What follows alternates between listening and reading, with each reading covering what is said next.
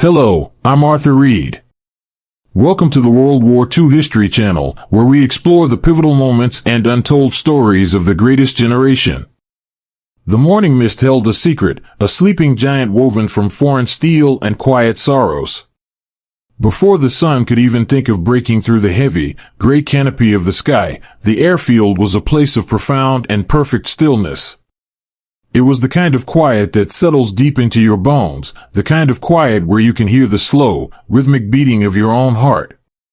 The grass lining the edges of the tarmac was heavy with cold, silver dew, bowing gently toward the earth as if in silent prayer. There was no roaring of engines, no shouting of orders, no frantic rushing.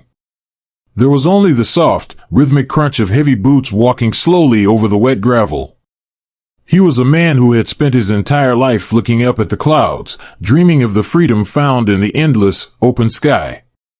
But this morning, his eyes were fixed on the ground ahead of him, lost in the swirling, damp fog. He wore a heavy leather jacket, worn soft by time and altitude, its collar turned up against the morning chill. In his pockets, his hands were curled into loose fists, trying to hold onto the lingering warmth of a cup of chicory coffee he had finished in the dim light of the barracks. He was tired. It was not just the physical exhaustion of early mornings and cold flights, but a deeper, quieter weariness that seemed to have settled into his very soul. He missed the smell of pine needles in the forest behind his childhood home. He missed the sound of his mother humming in the kitchen, the warmth of the fire on a winter evening, the simple, unspoken guarantee that tomorrow would be exactly like yesterday. The world had become so vast, so loud, and so unimaginably complicated. Yet here, in the misty embrace of the dawn, everything felt small again. Personal. Intimate. He had been given a task, a quiet assignment whispered in a shadowed office. He was to test fly a machine that had fallen from the sky, a vessel that belonged to the unseen men from across the ocean. It was a captive of the clouds, brought down to rest on foreign soil. As he walked further down the invisible runway, the mist began to part, peeling back like a sheer, gray curtain on a silent stage. And there it sat. It did not look like a weapon of war. In the soft, muted light of the early morning, the great bomber looked like a weary traveler who had finally laid down to rest. Its massive silver wings stretched out wide, catching the faint, pearlescent glow of the hidden sun. Water droplets clung to the smooth aluminum skin, tracing slow, winding paths down the curvature of the fuselage, looking for all the world like quiet tears shed in the dark. He stopped a few paces away, his breath pluming in the cold air, white and fragile. He did not feel the sudden rush of triumph that perhaps his commanders expected him to feel. He did not see a trophy. He saw a home. He saw a small, contained world where young men, boys, really, no older than his own younger brother, had huddled together in the freezing dark of the upper atmosphere.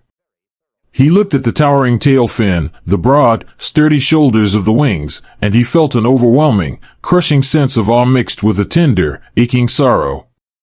These were the machines he had only ever seen as fleeting shadows high above, distant silhouettes woven into the chaotic tapestry of conflict. But here, grounded, stripped of its roaring thunder and its terrifying altitude, it was simply an object made by human hands. He walked closer, his footsteps slowing, until he was close enough to smell the faint, lingering scent of oil, cold metal, and the sharp, clean ozone of the high skies it had once sailed. He reached out a gloved hand and gently, almost reverently, laid his palm against the side of the fuselage. The metal was freezing, biting through the soft leather of his glove, but underneath the cold, he could almost feel the phantom hum of its past life. He ran his fingers over a row of rivets. Each one of those small, perfect circles had been driven into place by someone far away.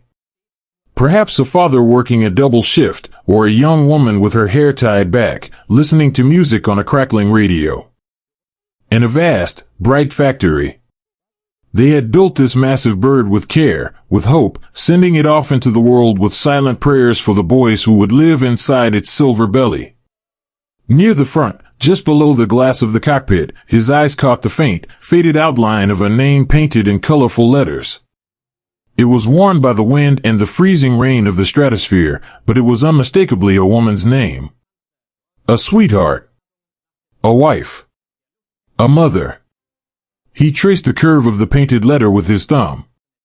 Somewhere across the vast, dark ocean, a woman with that name was looking out a window, wondering where her boy was, completely unaware that a stranger in a foreign land was standing in the quiet dawn, tracing the letters of her name and whispering a silent apology to the wind. When we look closely at these relics, these silent witnesses to our shared history, we are reminded of the very real, beating hearts behind the vast machinery of the era. It is so deeply important to preserve these memories, to see the visual echoes of the past so we never forget the human cost and the fragile beauty of those everyday lives.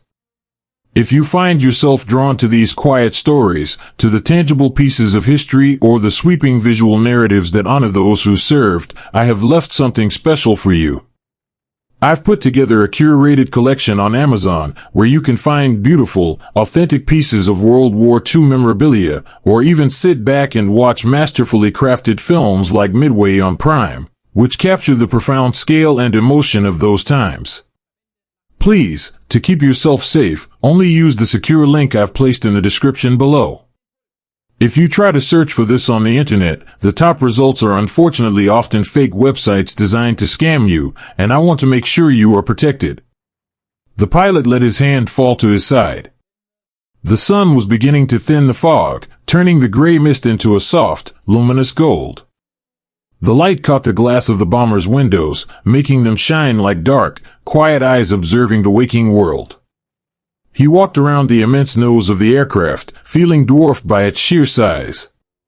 Yet, the intimidation he expected to feel was entirely absent. Instead, there was a strange, heavy kinship. The men who had flown this plane knew the exact same fears he knew. They knew the way the stomach drops when the engines sputter, the way the cold seeps into your bones at high altitude, the way you squeeze your eyes shut and think of home when the sky around you turns violet. They were bound together by the same invisible threads of the sky, by the same terrifying, beautiful domain of the clouds. He found the small entry hatch beneath the belly of the plane. It hung slightly open, a dark, quiet invitation into the unknown. He stood beneath it, looking up into the shadows of the interior. The air that drifted down from inside smelled different than the damp German morning. It smelled of canvas, of stale tobacco, of old leather, and of 100 desperate, whispered conversations. He took a slow, deep breath, letting the cool morning air fill his lungs one last time before stepping out of his own world. He placed his hands on the cold metal frame of the hatch. Today, he would not be flying a weapon. Today, he would be walking through the silent halls of a ghost ship, sitting in the empty chairs of absent boys, and trying to understand the hearts of the strangers who had built a fortress in the sky. He pulled himself up, into the shadows of the tarmac, and stepped quietly into the dark. The silence inside the metal belly was not empty, it was heavy with the breath of missing men. As he pulled himself up through the narrow hatch, leaving the damp, misty German morning behind, the atmosphere shifted instantly. The air inside the bomber was completely still, trapped and preserved like a breath held in the dark. It was colder here, somehow, the thick aluminum walls holding onto the freezing temperatures of the high altitudes where this great ship had once sailed. He stood up slowly, his boots resting softly on the metal floorboards, and allowed his eyes to adjust to the dim, underwater-like light filtering through the small, scuffed plexiglass windows. He was standing in the waist of the aircraft, a long, hollow tube of olive-drab paint and exposed ribs of silver metal. To the world far below, this machine was a terrifying silhouette, an impregnable fortress raining fire from the clouds. But standing here, in its quiet, empty heart, he realized how terribly fragile it all was. The walls separating the young men from the freezing, thin air of the stratosphere were no thicker than a coin. There was no armor here, no warmth, no comfort. Only the cold, unforgiving reality of the sky. He began to walk forward, his footsteps echoing faintly in the cavernous space. With every step, he felt an overwhelming sense of intrusion. He was a trespasser in a sanctuary that did not belong to him. The men who had lived in this freezing, roaring tunnel were his sworn enemies. There were the shadows who had flown over his cities, the strangers from a distant continent who spoke a language he did not understand. Yet, as he looked around, he did not find monsters. He found only the ghosts of frightened boys. He reached out and gently touched the edge of a gunner's window. The metal beneath it was deeply scratched and scuffed by the heavy boots of a young man who had stood exactly where he was standing now, bracing himself against the terrifying turbulence of combat. He closed his eyes and tried to imagine it. The deafening, earth-shattering roar of the engines, the violent shaking of the floor, the biting wind screaming through the open window, 50 degrees below freezing. He imagined a boy, bundled in heavy sheepskin leather, his face obscured by an oxygen mask, his eyes wide with a fear he could not voice, scanning the vast, empty blue for the very planes that the pilot himself used to fly. The profound, agonizing empathy of it washed over him like a quiet tide. They were the same. The boy who had stood here, shivering and terrified, holding onto his weapon as if it were a lifeline, was no different from the boys the pilot commanded back at his own airfield. They all shared the same trembling hands before a flight. They all wrote the same hurried letters home in the dead of night, trying to sound brave for mothers and sweethearts who were already sick with worry. They all looked at the same moon from their cots, wondering if they would live to see it rise again. He moved slowly down the narrow catwalk, stepping over cables and oxygen lines that snaked across the floor like the veins of some sleeping leviathan. On a small metal bulkhead, he noticed something scratched into the green paint.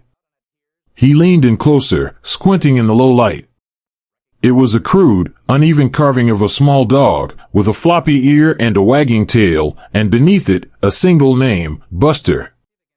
The pilot traced the outline of the little dog with his gloved finger. A tear, unbidden and quiet, stung the corner of his eye. Buster. A dog waiting on a porch somewhere in a town he had never heard of, in a country he had never seen. A boy who missed his dog so much that he had spent hours scratching its likeness into the cold wall of a war machine, seeking a tiny piece of home in the middle of hell. It is these small, devastatingly human details that the history books so often leave out. We are presented with grand narratives of victory and defeat, of polished generals and sweeping arrows on a map. But the true, raw reality of these times is hidden in the scuff marks on a metal floor, in the desperate carvings of a beloved pet, in the unseen moments of absolute terror and quiet, enduring love. Finding these unpolished truths is essential if we are to truly understand the hearts of those who lived through the storm. For those of you who wish to look past the sanitized versions of history and see the raw, uncensored reality of the war, I have curated a deeply moving collection on Gumroad. It contains rare, unseen media and raw images of the era, moments too real and unfiltered for traditional platforms, capturing the profound humanity behind the history. Please, to keep yourself safe, only use the secure link I've placed in the description below. If you try to search for this on the internet, the top results are unfortunately often fake websites designed to scam you, and I want to make sure you are protected. The pilot took a deep, steadying breath, the scent of the plane filling his senses once more. It was a uniquely foreign smell.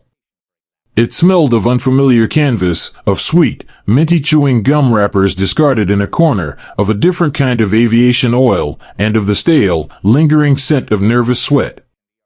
It was the scent of a world completely separate from his own, yet bound to it by the terrible gravity of the conflict. He continued forward, ducking his head to pass beneath the top turret. He imagined the gunner suspended there, hanging in a canvas sling, his boots dangling in the empty space, turning endlessly in a glass bubble, watching the horizon for any sign of danger.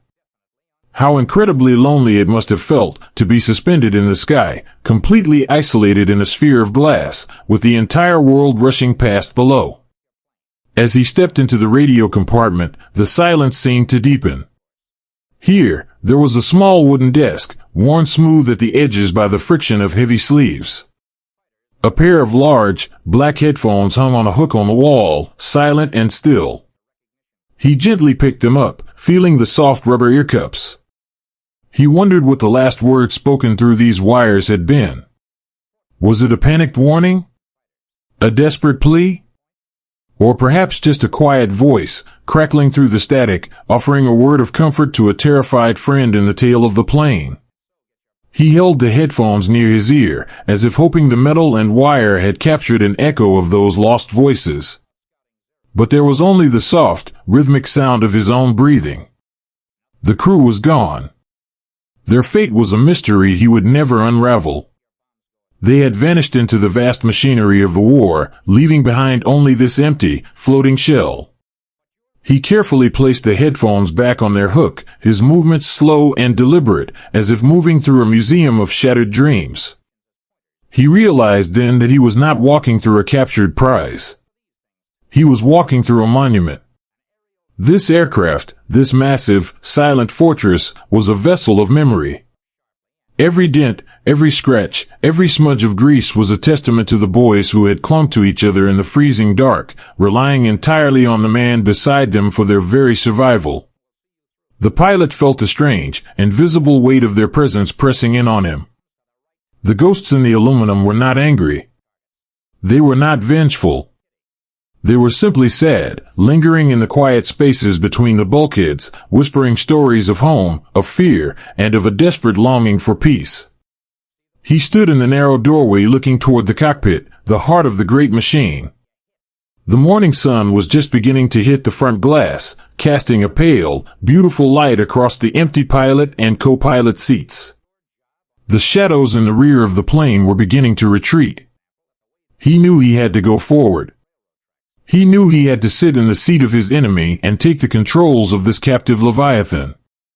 But for just a moment longer, he stood in the silence of the radio room, surrounded by the invisible memories of missing men, and he bowed his head, offering a quiet, solitary prayer for the boys who had once called this cold, silver skyship their home.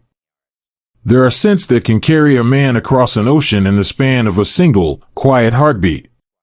The pilot stepped carefully from the shadowed catwalk of the bomb bay and lifted himself up into the flight deck, the very brain and nerve center of the great, sleeping giant.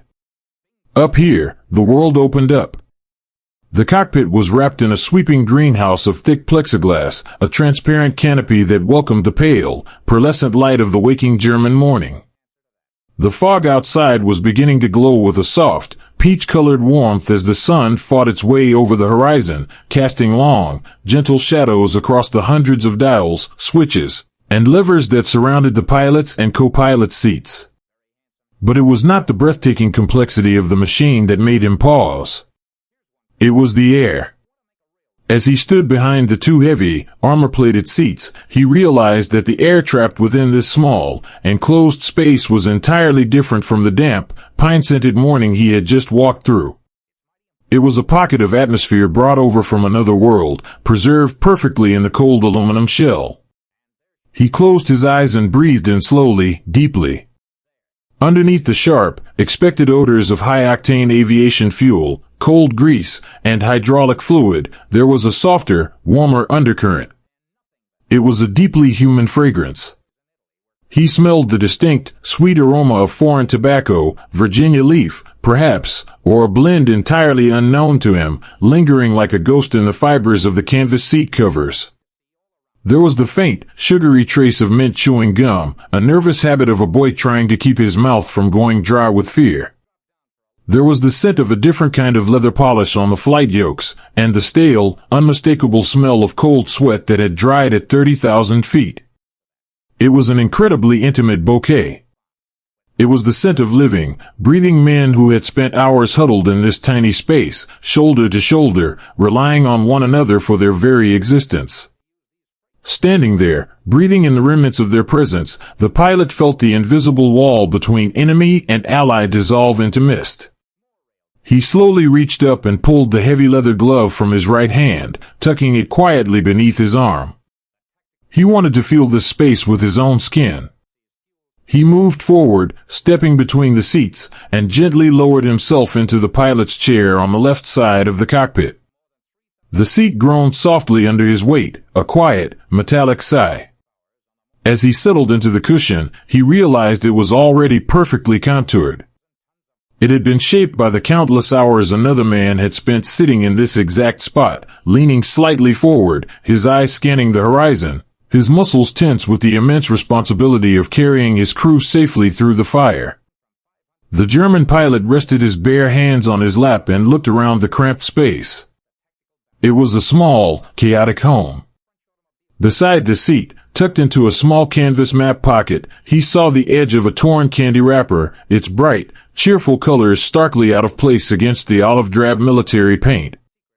And then, as his eyes drifted toward the center console, past the 4 great throttle levers, he saw something else. Wedged tightly into a small gap between the instrument panel and the aluminum frame of the windshield, there was a tiny flash of silver. He leaned forward, his bare fingers reaching out delicately, afraid he might disturb a sacred resting place. He pinched the small object and pulled it free. It was a small, tarnished silver medallion, no larger than a coin, attached to a frayed, faded piece of blue ribbon. He held it in his palm, bringing it closer to the pale morning light. It was a St. Christopher medal, the patron saint of travelers. The silver was worn smooth on the edges, a testament to how many times it had been rubbed by an anxious thumb in the dark. The pilot sat back in the heavy seat, staring at the small, beautiful object resting in his hand. A profound, aching warmth spread through his chest. He reached beneath his heavy leather flight jacket, his fingers finding a thin leather cord resting against his own collarbone. At the end of that cord was a nearly identical St. Christopher medal, given to him by his mother on the day he earned his wings. The sky, he realized in that quiet moment, does not care about borders. The freezing winds of the stratosphere do not speak German, or English, or any human tongue. The clouds do not choose sides. The sky is a vast, impartial ocean, and all the men who sail it are bound by the exact same fragile humanity. He pictured the boy who had sat in this seat. He saw a young man, perhaps with a sweetheart waiting on a porch an ocean away, pulling this small silver medal from his pocket just before the engines roared to life. He imagined the boy wrapping the blue ribbon carefully around his finger, pressing the cold silver to his lips, and asking the universe for the exact same thing the German pilot asked for every time he left the earth. Please, just let me come home. This was the terrifying, beautiful truth of it all. They were entirely the same. The hands that had gripped this yoke, the eyes that had stared through this glass, the heart that had beaten fiercely in this chest, they were a mirror reflection of his own. The grand, sweeping narratives of the war, the angry speeches, the lines drawn on maps by men who never had to leave the ground, all of it faded away in the presence of this small, tarnished piece of silver. There were no monsters here. Only boys, swept up in a storm they did not create, trying desperately to survive the thunder. To find these quiet, beating hearts hidden beneath the heavy armor of history is a delicate, fragile task. It takes time, immense care, and a deep, abiding dedication to sift through the grand, noisy chronicles of conflict to uncover these small, profound moments of everyday heroism and quiet resilience. It is a labor of love to keep these whispers alive, to ensure that the human stories are never drowned out by the roar of the machinery. If you feel a connection to these forgotten tales, and if you would like to help support the deep research and quiet hours it takes to bring these stories to light, I would be so incredibly grateful for a small tip on my Ko-Fi page.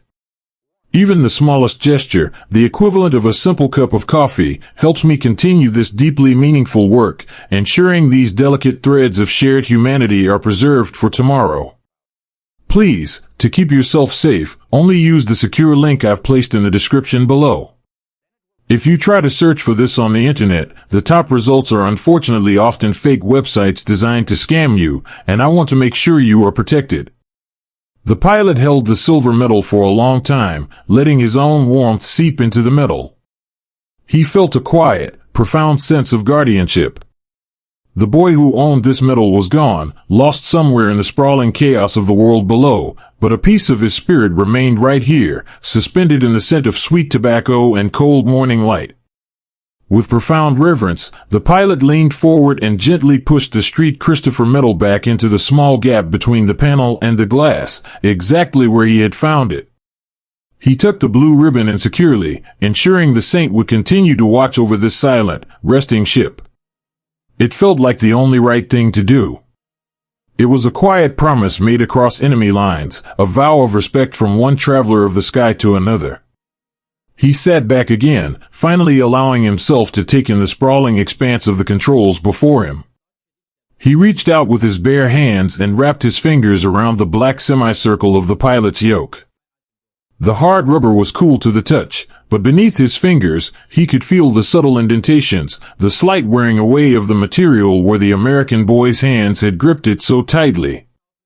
The pilot shifted his grip just a fraction of an inch, allowing his fingers to fall perfectly into the grooves left by his enemy. It was a handshake across the void. A physical connection between two men who were supposed to hate each other, but who were, in the truest sense of the word, brothers. He sat there in the pale, beautiful silence, holding the yoke of the captive bomber, breathing in the scent of foreign skies. The fear, the anger, the weariness of the war seemed to lift from his shoulders, replaced by a quiet, steady resolve. He was not here to conquer this machine. He was here to understand it. He was here to listen to the secrets it held in its aluminum bones. The sun finally broke completely over the tree line, flooding the cockpit with a brilliant, golden light that danced across the glass of the instruments. The shadows retreated, leaving the flight deck bright and clear. The pilot took one last, deep breath of the fragrant air, closing his eyes as the warmth of the sun hit his face through the plexiglass. The quiet moment of communion was over. The ghosts had been acknowledged, respected, and left in peace. Now, the heavy burden of duty called him back to the present. He had to awaken this sleeping giant. He had to coax life back into its dormant veins and understand the intricate, terrifying logic of the men who had built it. He opened his eyes, feeling the cold, hard rubber of the yoke beneath his fingertips, and began the daunting task of decoding a machine built in a language he did not speak, but guided by a spirit he now completely understood. To sit in the silence of a sleeping machine is to listen to the very heartbeat of a foreign world. The pilot sat completely still, letting the heavy quiet of the cockpit settle around his shoulders like a thick, woolen blanket. The morning sun had finally crested the tree line, pouring a soft, golden light through the sprawling greenhouse of plexiglass that surrounded him. It illuminated the dust motes dancing lazily in the cold, still air, making them look like tiny, floating stars suspended in a private universe. He did not move to start the engines. Not yet. He simply sat there, his hands resting gently on his thighs, his breath moving in a slow, rhythmic tide. Surrounding him was an overwhelming, bewildering tapestry of metal, glass, and wire. The instrument panel was a towering wall of dials, gauges, switches, and levers, staring back at him like 100 unblinking eyes. In his own nimble fighters, the cockpit was a sparse, intimate extension of his own body. It was a suit of armor he wore. But this was a vast, complex room. It was a heavy, lumbering ship meant to navigate an ocean of freezing air. It demanded not just a pilot, but a master. It demanded an understanding of a mechanical logic entirely alien to his own. He leaned forward slightly, his eyes tracing the intricate pathways of the controls. Every label, every warning placard, every small instruction was painted in crisp, white English letters. There were words he had only known from dusty textbooks in his youth, a language of distant commerce and classic literature that had, overnight, transformed into the language of his sworn enemy. Manifold pressure. Mixture control. Cowl flaps. Feathering. The words were a cryptic puzzle. He was a master of the sky, a veteran who could feel the exact moment a wing lost its lift just by the subtle vibration in his boots. Yet here, in this olive-drab sanctuary, he felt entirely unmoored. He was a novice once again, humbled before a grand, sleeping beast he did not yet know how to speak to. He reached out, his bare fingers trembling just slightly, and lightly touched the cool glass covering the artificial horizon. He imagined the American pilot who had sat in this very seat, his eyes glued to this exact instrument as he flew blind through thick, blinding clouds over the churning Atlantic. He imagined the terrible, gripping fear of losing one's sense of up and down, relying entirely on the tiny, trembling white line trapped behind the glass. His hand drifted down to the center console, coming to rest over the 4 massive throttle levers. They were grouped together, heavy and imposing, topped with smooth, round knobs. He did not push them forward. He simply rested his palm against them, feeling their weight, their solid, unyielding reality. These levers were the reins of the Leviathan. Pushing them meant summoning a storm of fire and thunder, pulling thousands of pounds of steel, fuel, and human lives into the unforgiving sky. He thought of the hands that had gripped these levers before his. They belonged to a boy who likely grew up a world away, perhaps driving a tractor across endless, golden fields of wheat, or navigating the loud, crowded streets of a city that touched the clouds. That boy had sat here, his heart hammering against his ribs in the terrible, dark hours before dawn, gripping these cold throttles and asking himself if he had the courage to push them forward one more time. As the German pilot's pulse beat steadily against his own wrist, he felt an undeniable, haunting synchronization. The rhythm of his life, beating quietly in the silent cockpit, was the exact same rhythm of the boy who had vanished. Fear is a universal language. Courage is a shared pulse. The sky demands the same blood from every man who dares to climb into its cold embrace. He shifted his gaze to the right, looking across the wide, empty space of the co-pilot's seat. It felt like a vast, lonely cavern. This machine was never meant to be flown alone. It was designed for a brotherhood.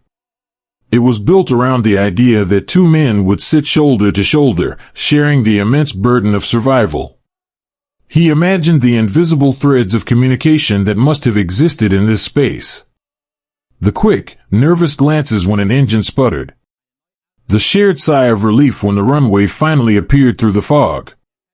The silent, profound understanding that they were keeping each other alive. Sitting here entirely alone, the pilot felt the crushing weight of that absence. He was a solitary ghost haunting a home built for a family. As his eyes wandered over the co-pilot's side of the panel, he noticed something incredibly small, yet profoundly arresting. Tucked just beneath a cluster of engine temperature gauges, someone had stuck a small, jagged piece of masking tape to the metal. Written on the tape, in faded, hurried pencil lead, were 3 simple words. He leaned across the empty seat, squinting in the golden light, trying to decipher the handwriting. Watch her warm. A note. A tiny, fragile piece of human care left behind in a machine designed for destruction. It was not an official placard or a military order. It was a note from a mechanic, or perhaps a flight engineer, a tender warning to the men who would fly her next. It was a plea to treat the engines kindly, to coax them awake gently, to care for the aircraft so that she, in turn, would care for them. The pilot traced his finger in the air above the note, his heart swelling with a quiet, devastating sorrow. Someone had loved this machine. Someone had stood on a freezing, rain-swept tarmac in England, his hands stained with black oil, writing this tiny note of affection for a bomber he affectionately called her. It humanized the vast, terrifying war in a way that grand speeches and soaring rhetoric never could. It reduced the conflict to its truest, most heartbreaking essence, human beings, just trying to take care of one another in the dark. We often observe history from a great, detached distance. We look at the sweeping arrows drawn on maps, the grand strategies of generals, and the staggering numbers of the fallen. But the true, beating heart of the past is always found in these tiny, easily overlooked details. It is found in a piece of faded masking tape, a carved name, a silent prayer. To truly understand history, we must be willing to sit in the quiet, to peel back the polished layers, and to listen to the raw, unfiltered voices of those who lived it. If you find yourself yearning for these deeper connections, for the unvarnished and profoundly human side of the past that doesn't always make it into the textbooks, I invite you to join our quiet sanctuary on Patreon. There, we share uncensored podcasts, raw, uncut narratives, and a beautiful community of listeners who appreciate the delicate, human shadows of history. It is a place to gather and listen deeply, far from the noise of the modern world. Please, to keep yourself safe, only use the secure link I've placed in the description below. If you try to search for this on the internet, the top results are unfortunately often fake websites designed to scam you, and I want to make sure you are protected. The sun was fully up now, warming the thick plexiglass of the windshield. The chill of the dawn was finally beginning to retreat from the cold metal of the fuselage. The pilot took a long, slow breath, letting the scent of the foreign canvas and stale oil fill his lungs one last time in the silence. The reverie had to end. He was a soldier, and he had a duty to perform. He had to wake the sleeping giant. He turned his attention back to his own side of the cockpit, carefully consulting the handwritten notebook he had brought with him, filled with notes translated by captured manuals and the careful deductions of his own engineers. He found the master battery switch, a heavy, red toggle located on the panel before him.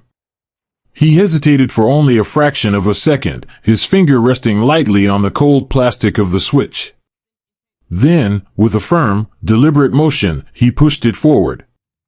The silence broke. It was not a roar, but a sudden, deep, electric hum. It sounded like the low, steady intake of a great breath. The dead, dark panel before him suddenly flickered with life. A dozen small, amber warning lights blinked on, casting a warm, starry glow across his hands. The needles on the fuel gauges, the pressure dials, and the voltmeters twitched and jumped, shaking off their long slumber as electrical current rushed through miles of hidden wiring. From deep within the belly of the plane, and somewhere behind the instrument panel, he could hear the high-pitched, whining spool of the gyroscopic instruments spinning up to speed. It was a chorus of mechanical life, a symphony of whirring, clicking, and humming that filled the small space. The bomber was no longer an empty tomb. It was breathing. It was awake. The pilot felt a strange, thrilling surge of adrenaline mixed with the quiet reverence in his chest. He was bringing his enemy's creation back to life. He watched the artificial horizon slowly steady itself, the tiny white line leveling out as the gyros found their balance. The aircraft was finding its center, preparing itself to once again defy the heavy pull of the earth. He reached up to the roof panel, his fingers dancing across the magneto switches, preparing the complex ignition sequence. Every click of a switch felt incredibly loud in the humming cabin. He was acutely aware of his every movement, as if he were performing a sacred ritual in a temple he did not belong to. He placed his hand firmly on the starter switch for the number 1 engine, out on the far left wing. The moment had arrived. The quiet sanctuary of the cockpit was about to be shattered by the raw, deafening power of thousands of mechanical horses. But in this final, suspended second before the thunder began, he closed his eyes. He listened to the hum of the gyros. He listened to the steady, calm rhythm of his own beating heart. He thought of the American boy who had sat here before him, and he silently asked the machine to forgive him for what he was about to do. He was about to steal its voice, to make it sing for the very man it was built to destroy. He took one last, deep breath of the quiet air, feeling the profound weight of the history resting perfectly in the palm of his hand, and he pressed the starter. There is a moment between silence and thunder when a machine stops being simply cold metal and becomes something that breathes. The pilot held his breath as his finger pressed firmly against the heavy starter switch for the number 1 engine, located far out on the tip of the left wing. At first, there was only a high, strained whine, the sound of hidden gears and motors struggling against the immense, sleepy weight of the massive cylinders. It was a mechanical groan, a protest against being pulled from the quiet sanctuary of the misty dawn. He watched through the thick plexiglass of the side window as the giant, 3-bladed propeller began to turn. It moved sluggishly at first, chopping through the damp morning air with heavy, agonizing slowness. One blade, then another, swinging through the gray light like the arms of a swimmer pulling themselves upward from a deep, heavy slumber. And then, there was a cough. It was a deep, guttural sound that rattled the very bones of the aircraft. A thick puff of blue-gray smoke erupted from the exhaust, drifting back over the silver wing and blending seamlessly into the morning fog. The cough was followed by a sharp, staccato pop, and then, a sudden, beautiful catch. The engine ignited. The heavy, reluctant turning of the propeller instantly transformed into a smooth, rhythmic blur, a shimmering disk of silver that cut a clear path through the mist. A deep, powerful vibration washed over the entire plane. It did not strike him, it enveloped him. The shudder traveled down the long expanse of the aluminum wing, through the heavy struts, across the floorboards, and up through the soles of his worn leather boots. It climbed into his legs, settled into his chest, and found the exact rhythm of his own beating heart. He closed his eyes and leaned his head back against the worn canvas of the headrest. He was no longer sitting in an empty, lifeless shell. The Leviathan had a pulse. The vibration was incredibly soothing. In his smaller, nimble fighters, the engine was a frantic, screaming thing, vibrating with a high-strung tension that always felt one heartbeat away from tearing itself apart. But this was entirely different. The massive engine out on the wing hummed with a deep, baritone confidence. It was the sound of unstoppable momentum. It was the steady, comforting purr of a protective giant, promising to carry its inhabitants across endless, freezing oceans and through the darkest, most terrifying storms. He imagined the young American boys who had sat in the belly of this beast, shivering in the terrifying dark before a long flight. He imagined them feeling this exact same vibration traveling through the cold metal walls. For them, this rumbling pulse must have been the ultimate comfort. It was the sound of life. It was the absolute guarantee that their great ship was strong, that it was willing, and that it would fight with everything it had to bring them safely back to the warmth of their beds. With slow, deliberate grace, he moved his hand to the next switch. Engine number 2, closer to the fuselage. The whine, the slow turn, the sudden, rattling cough, and then the smooth, powerful catch. The harmony of the vibration deepened, growing richer and more complex. The floor beneath him hummed with a dual rhythm, a conversation between two massive hearts beating on the left wing. He watched the needles on the oil pressure gauges rise steadily, a vital sign of health in this strange, metal anatomy. The warmth of the engines began to radiate, ever so slightly, melting the last of the dew from the aluminum skin outside the window. He shifted his attention to the right side of the cockpit, reaching across the empty space where the co-pilot should have been. Engine number 3. The whine, the turn, the catch. And finally, engine number 4, out on the far edge of the right wing. When all 4 engines were fully awake and idling together, the world outside the cockpit simply ceased to exist.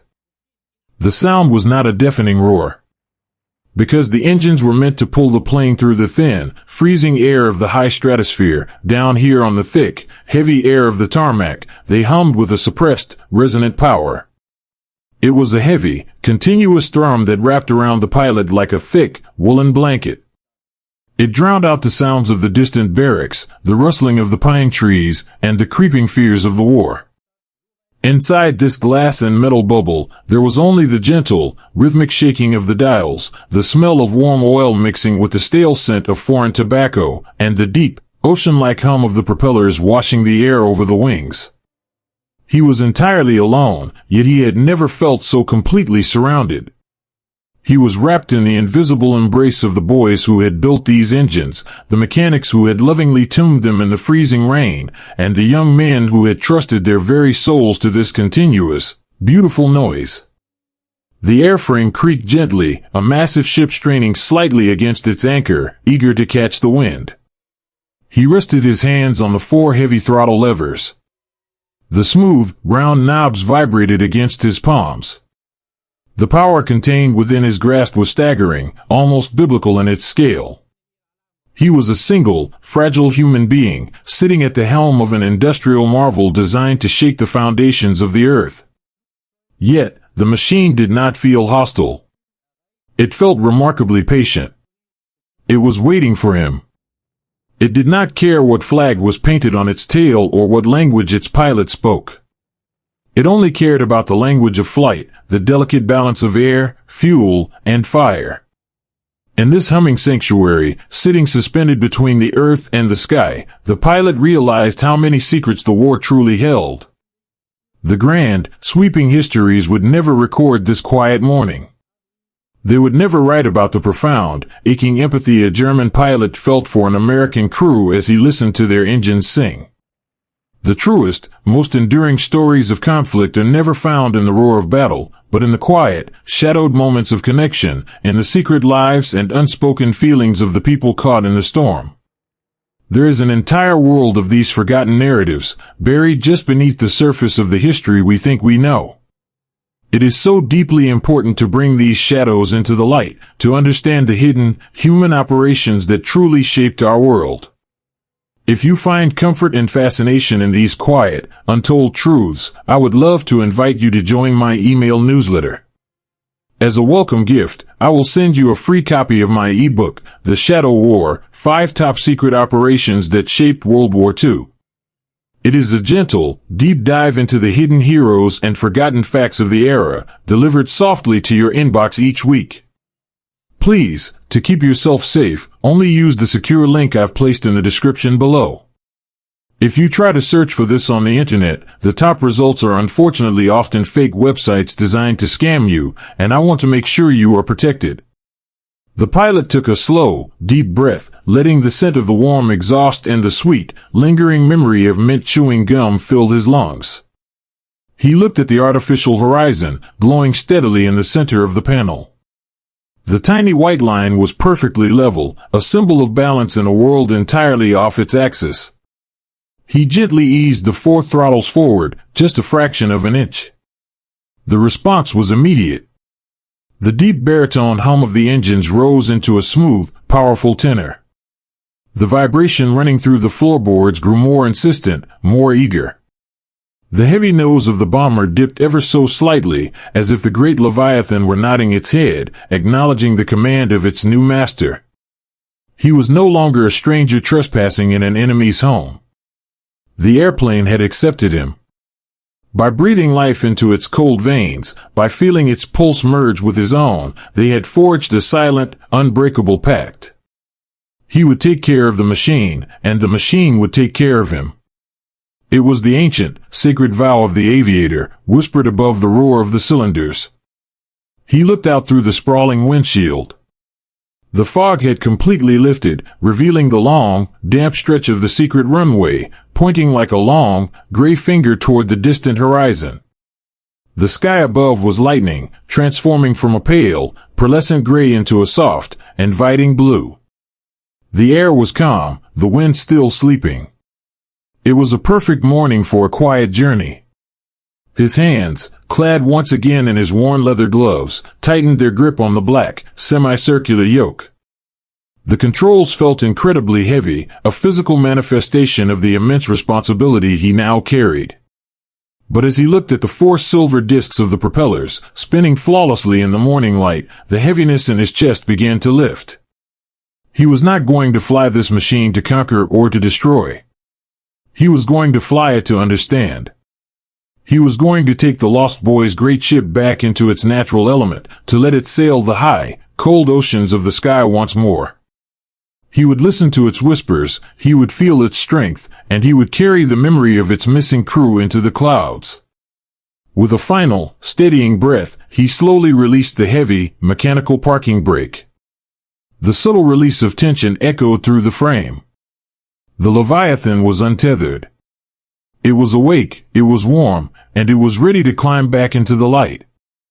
To pull away from the earth in a vessel of such staggering weight is not merely to fly, but to slowly carry a shadowed piece of the world into the silent heavens.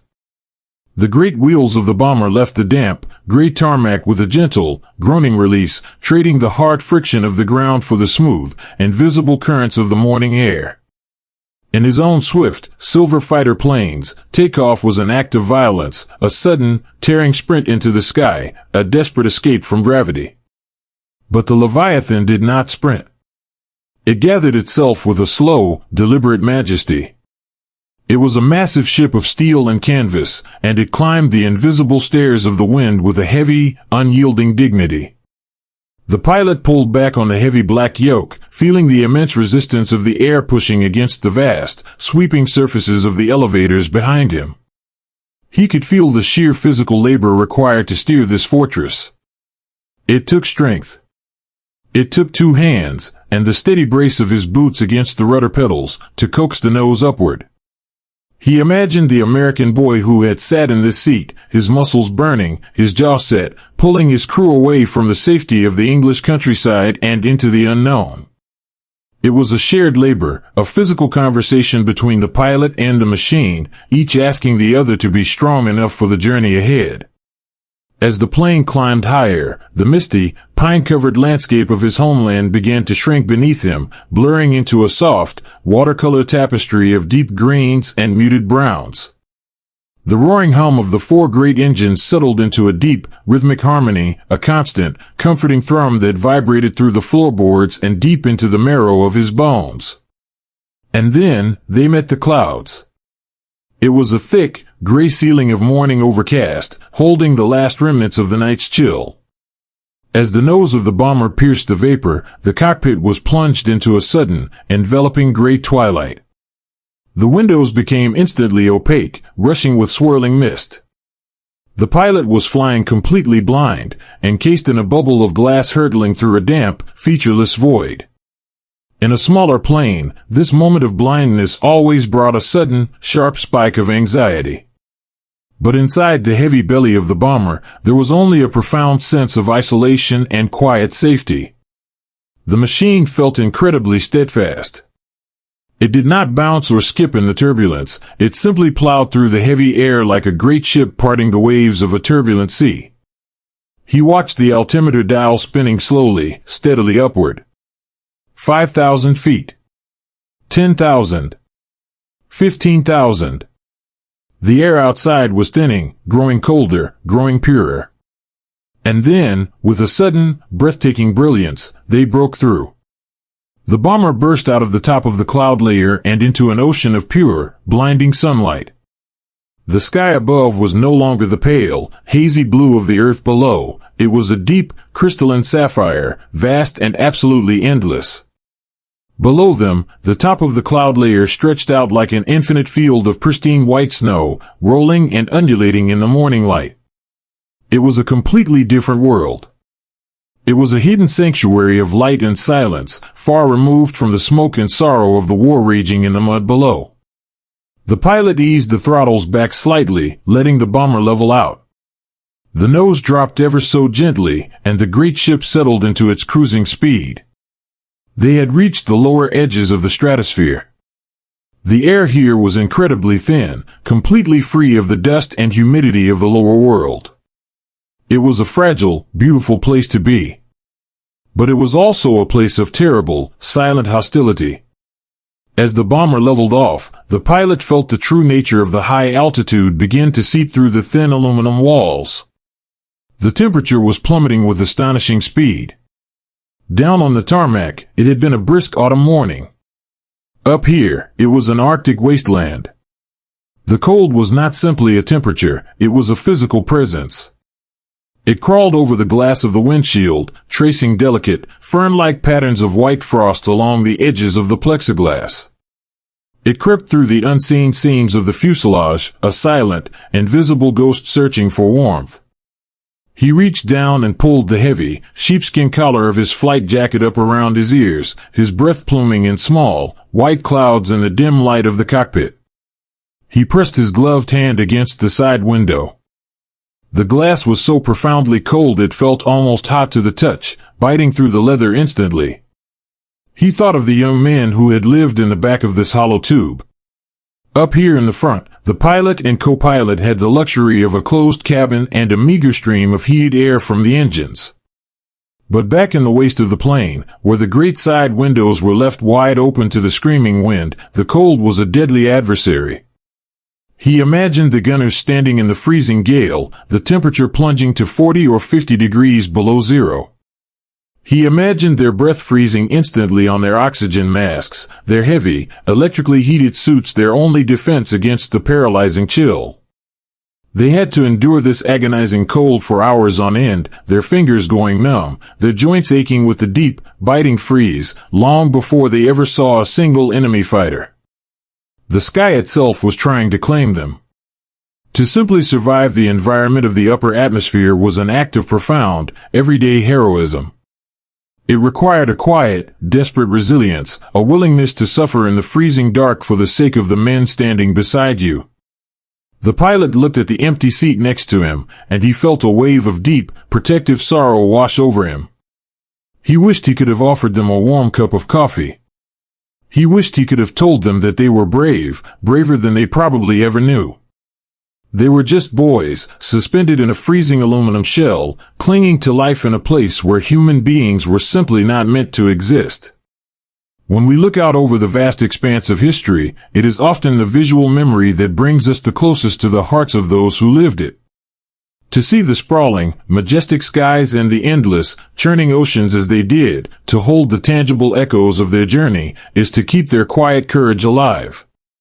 To truly understand the sheer scale of the world they navigated, sometimes we must immerse ourselves in the sweeping visual theater of the past.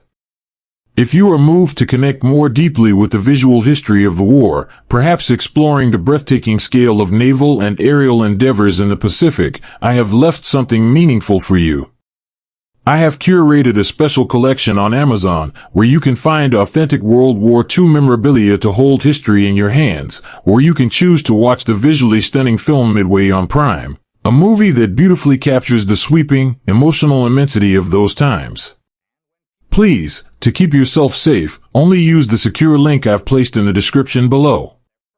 If you try to search for this on the internet, the top results are unfortunately often fake websites designed to scam you, and I want to make sure you are protected. The pilot leaned back in the heavy seat, letting the deep, continuous hum of the four engines wash over him. In the profound isolation of the stratosphere, the sound of the engines became something more than just mechanical noise. It became a steady, reassuring breath. It was the rhythmic heartbeat of the fortress, the only thing keeping the cold and the silence at bay. He looked out the side window, past the spinning silver discs of the propellers, and watched the infinite white ocean of clouds sliding slowly beneath the wing.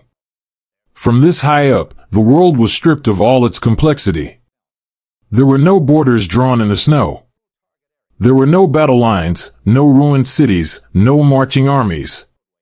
There was only the pure, blinding light of the sun, the deep, eternal blue of the cosmos above, and the soft, rolling blanket of the clouds below. It was the most peaceful place he had ever been. The absurdity of the war suddenly felt incredibly heavy. Down beneath that white blanket, men were fighting and dying for inches of mud, consumed by anger and fear. But up here, bathed in the breath of the stratosphere, none of it seemed to matter. The sky was an absolute equalizer. It did not care if you were German or American, a general or a frightened private.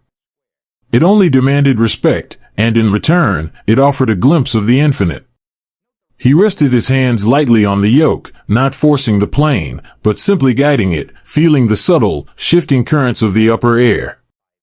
The bomber responded with a gentle, rolling grace. It felt less like a machine of war and more like a great, benevolent creature of the sky, a magnificent beast that had been captured and forced to wear armor. He noticed a small, faded photograph tucked into the corner of the instrument panel, half hidden behind a cluster of pressure gauges. He leaned closer to look.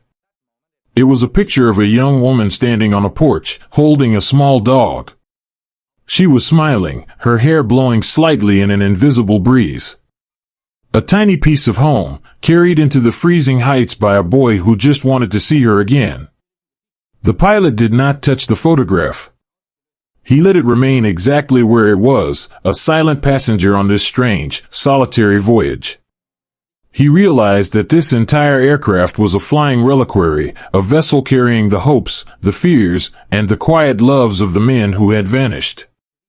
He was not just flying an airplane, he was shepherding their memories through the clouds. He closed his eyes for a long moment, letting the warmth of the sun coming through the thick plexiglass soothe the cold that had settled on his face. The air up here was pure, untouched by the smoke of burning cities. He took a slow, deep breath of the foreign oxygen, feeling it expand in his chest. It tasted like cold metal and old leather, but it also tasted like freedom. For the first time since the war began, sitting in the heart of an enemy's machine, miles above the earth, the pilot felt a profound, quiet peace. The fear was gone. The duty was forgotten. There was only the steady breathing of the engines, the golden light of the morning sun, and the gentle, rocking embrace of the stratosphere. He was a lonely sailor on an infinite, pale blue sea, sharing a quiet moment of grace with the ghosts of the boys who had built a home in the sky. A single, fragile wire connected the beating hearts of 10 lonely boys suspended in the vast and freezing dark. The great bomber sailed through the pristine upper atmosphere, a solitary silver whale gliding through a sea of blinding sunlight and endless blue. Inside the cockpit, the German pilot sat perfectly still, allowing the heavy, rhythmic thrum of the 4 massive engines to wash over him. It was a comforting sound, a constant promise of flight, but beneath that mechanical roar, there was another, deeper layer of existence hidden within the cold aluminum walls. Beside him, hanging from a small metal hook on the olive-drab bulkhead, was a thick, black rubber cord. It ended in a heavy headset, its leather ear cups worn soft and smooth from the sweat and friction of countless flights. It was the intercom. The nervous system of the Leviathan.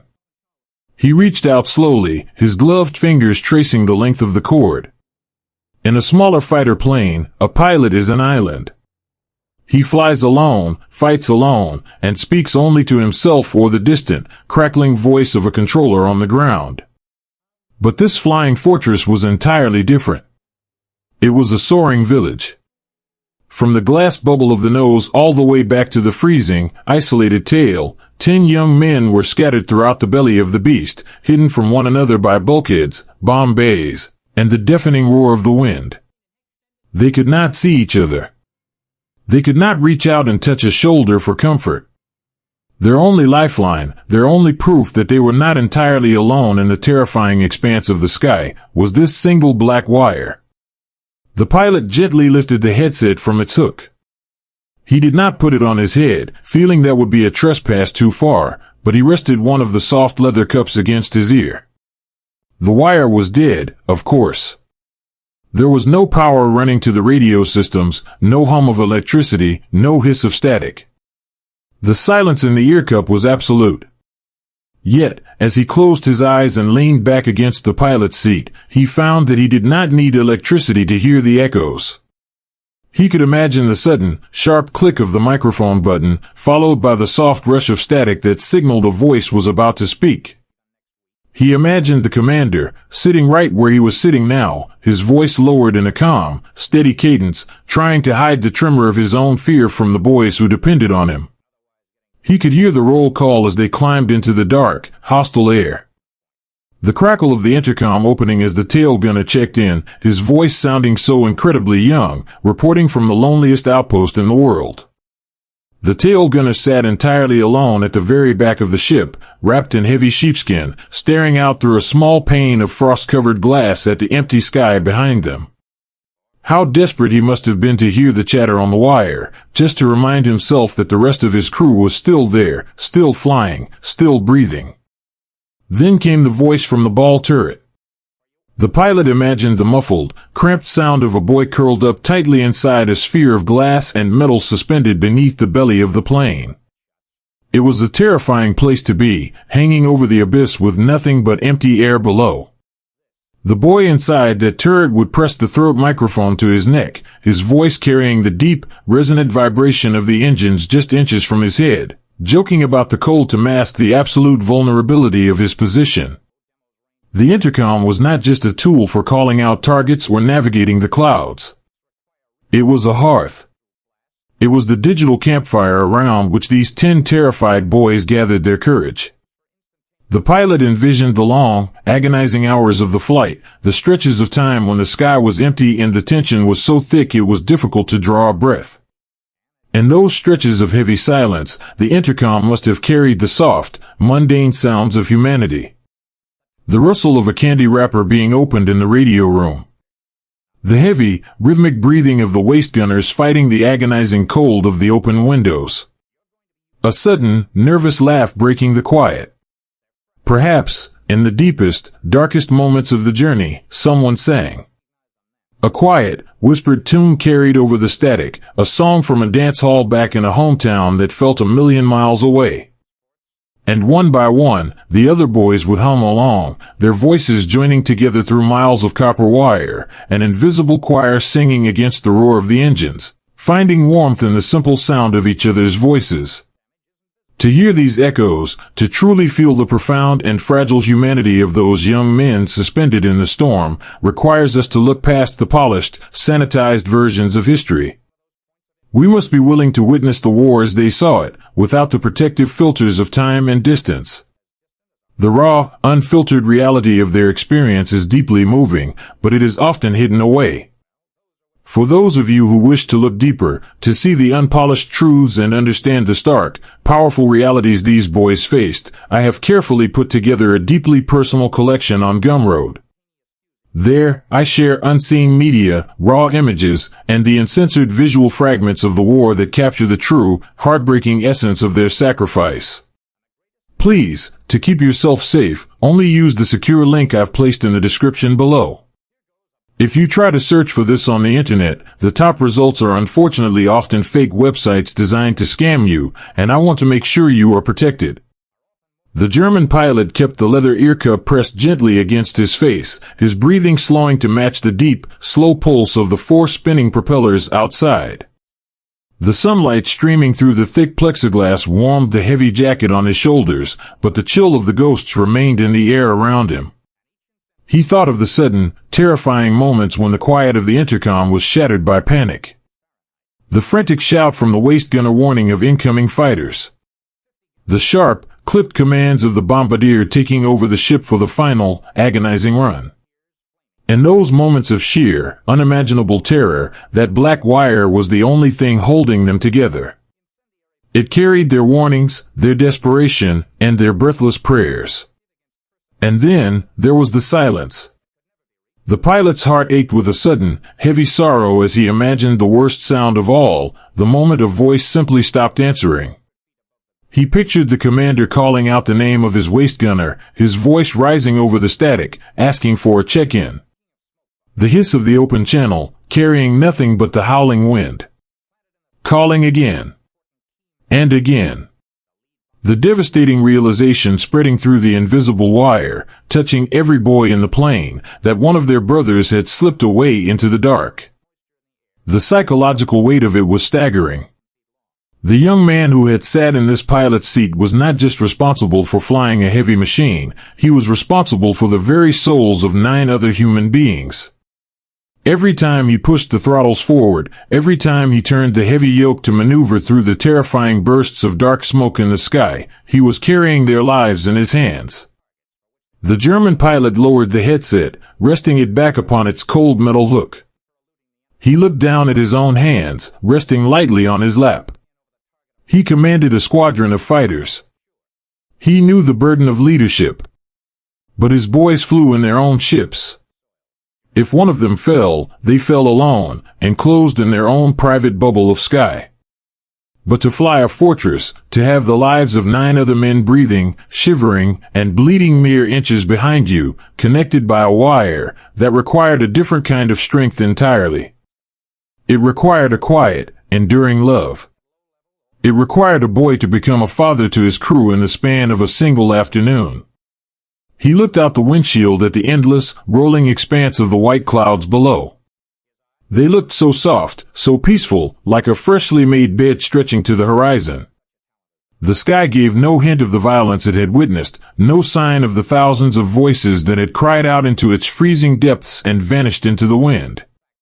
He reached out and gently rested his hand over the black rubber cord of the intercom one last time.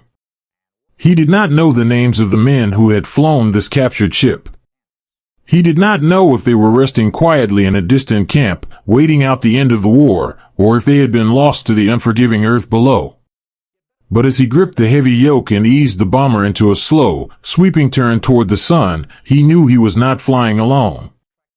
The echoes of their bravery, their gentle jokes, and their quiet, terrified prayers were woven into the very fabric of the canvas and aluminum. They were there in the scent of the stale tobacco, in the scuff marks on the floorboards, and in the silent, waiting microphone. He was just a stranger, a traveler from the other side of a terrible divide, but in the soaring sanctuary of the stratosphere, listening to the hum of the engines and the whisper of the empty wire, he honored them. He held their memories softly in his heart, navigating the great silver ship through the quiet heavens, letting the ghosts of the intercom sing their silent, beautiful song to the endless sky. To hold the yoke of this silver giant is to hold the terrifying, undeniable truth of tomorrow. The bomber drifted through the pale blue sanctuary of the stratosphere, entirely detached from the burning world so far beneath its wings.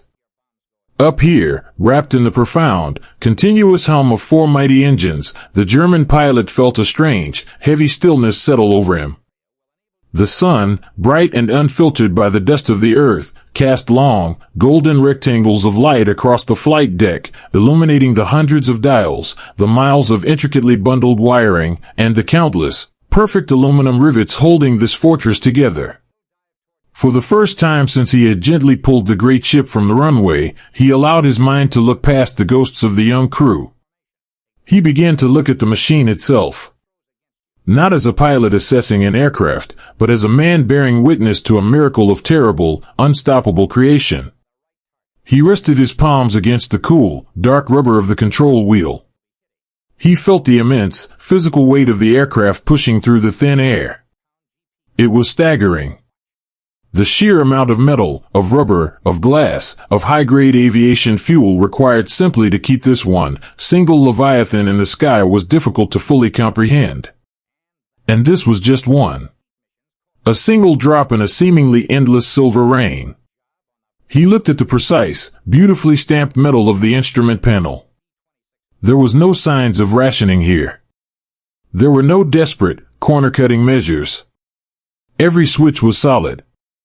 Every dial was perfectly calibrated and encased in unblemished glass. The leather of the seats was thick and supple. The canvas was heavy and durable.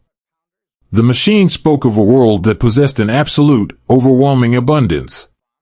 He closed his eyes and leaned his head back against the cushion, allowing the deep, baritone vibration of the engines to carry his thoughts across the dark ocean. He tried to imagine the place where this giant had been born. He saw, in his mind's eye, a continent untouched by the shattering roar of falling bombs. He saw vast, brightly lit factories stretching for miles across open, peaceful plains. He imagined the doors of those factories thrown wide open to the sunlight, unafraid of the shadows in the sky. Inside, there were no exhausted men working by the dim, flickering light of heavily blacked-out lamps. Instead, he saw an ocean of ordinary people. He pictured women with their hair tied back in bright scarves, their hands moving with practiced, rhythmic grace as they guided heavy rivet guns along the gleaming silver skin of a wing. He saw older men, grandfathers who had already given their youth to a previous war, now carefully wiring the complex nervous system of the cockpit. They were working in peace. They were listening to music on the radio.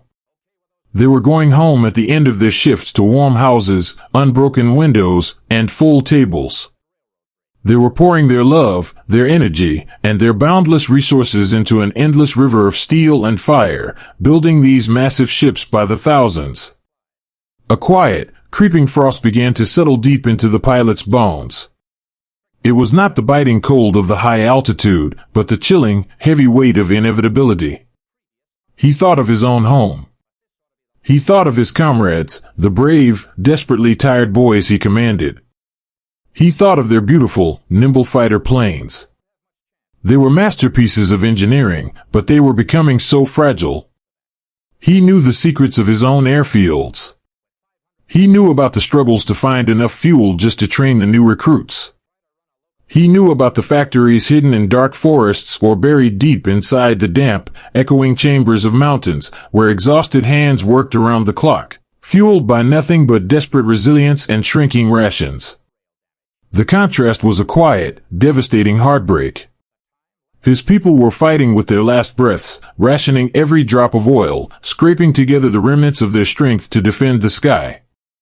And across the ocean, a sleeping giant had awakened, and it was effortlessly exhaling fleets of flying cities.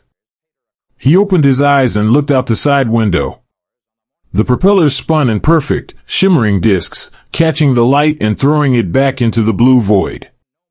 Each one of those engines represented a triumph of industry. 4 engines for a single plane.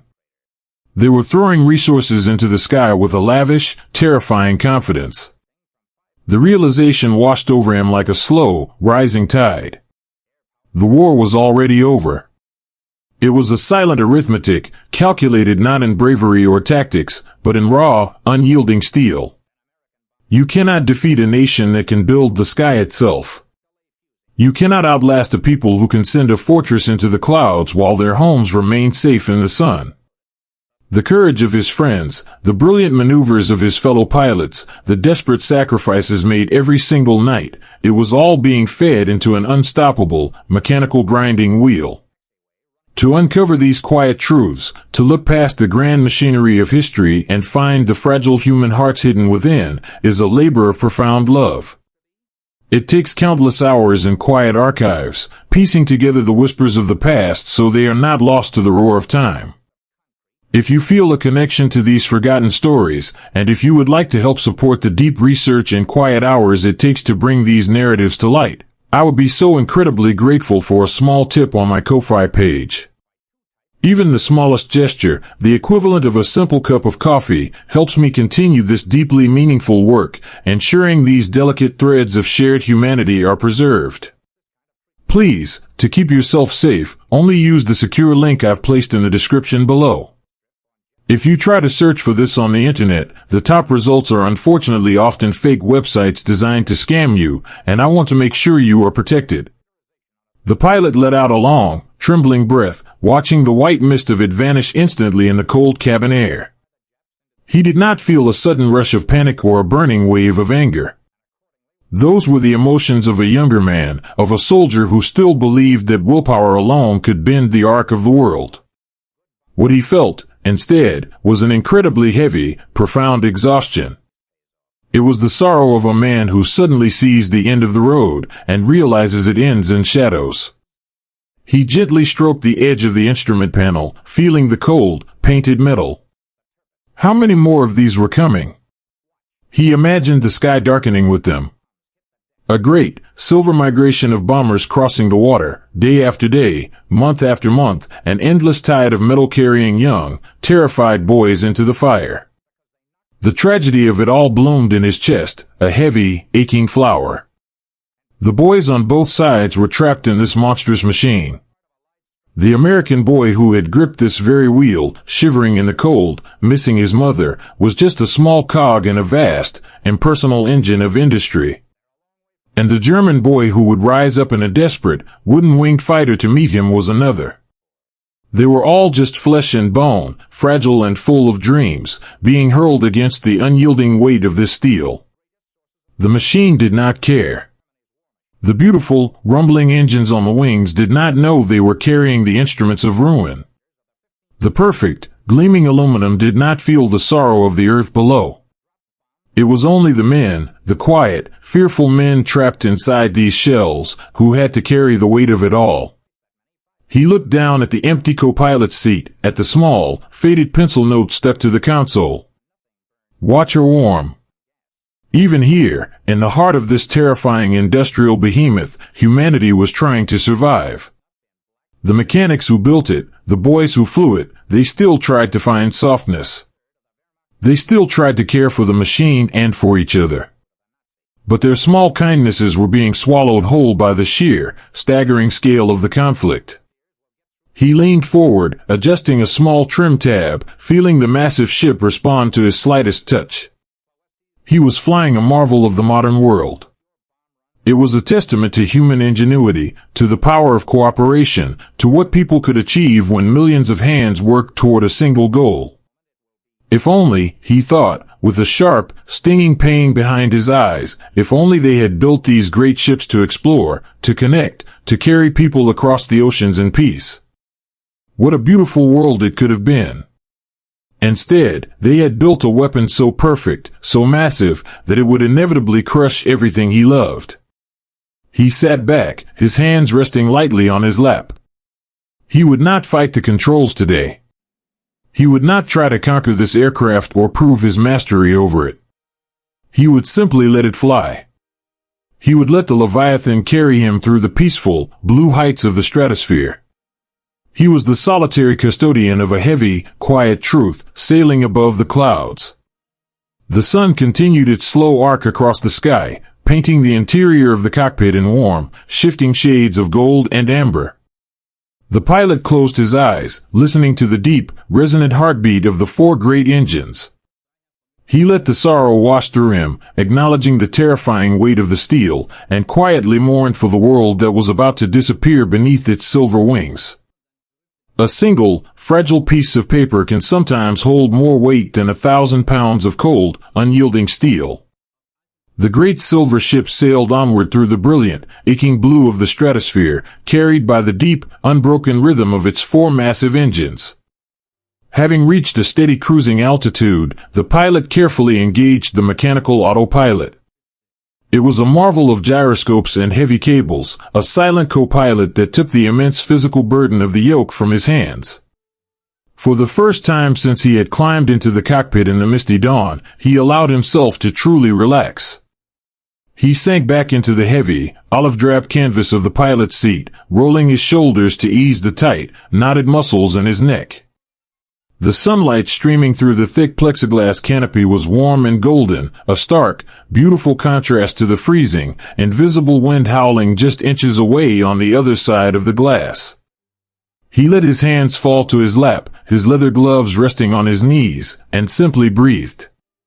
In the steady, rocking embrace of the aircraft, he closed his eyes and listened to the hum of the ship. It was a peaceful moment, suspended halfway between the earth and the heavens, far removed from the smoke and the sorrow of the war raging in the mud below. As he shifted his weight slightly, leaning deeper into the corner of the seat to find a more comfortable position, he heard a sound so faint it was nearly swallowed entirely by the drone of the engines. It was a soft, dry crinkle. He paused, opening his eyes. He shifted again, pressing his lower back against the heavy canvas cushion. There it was again.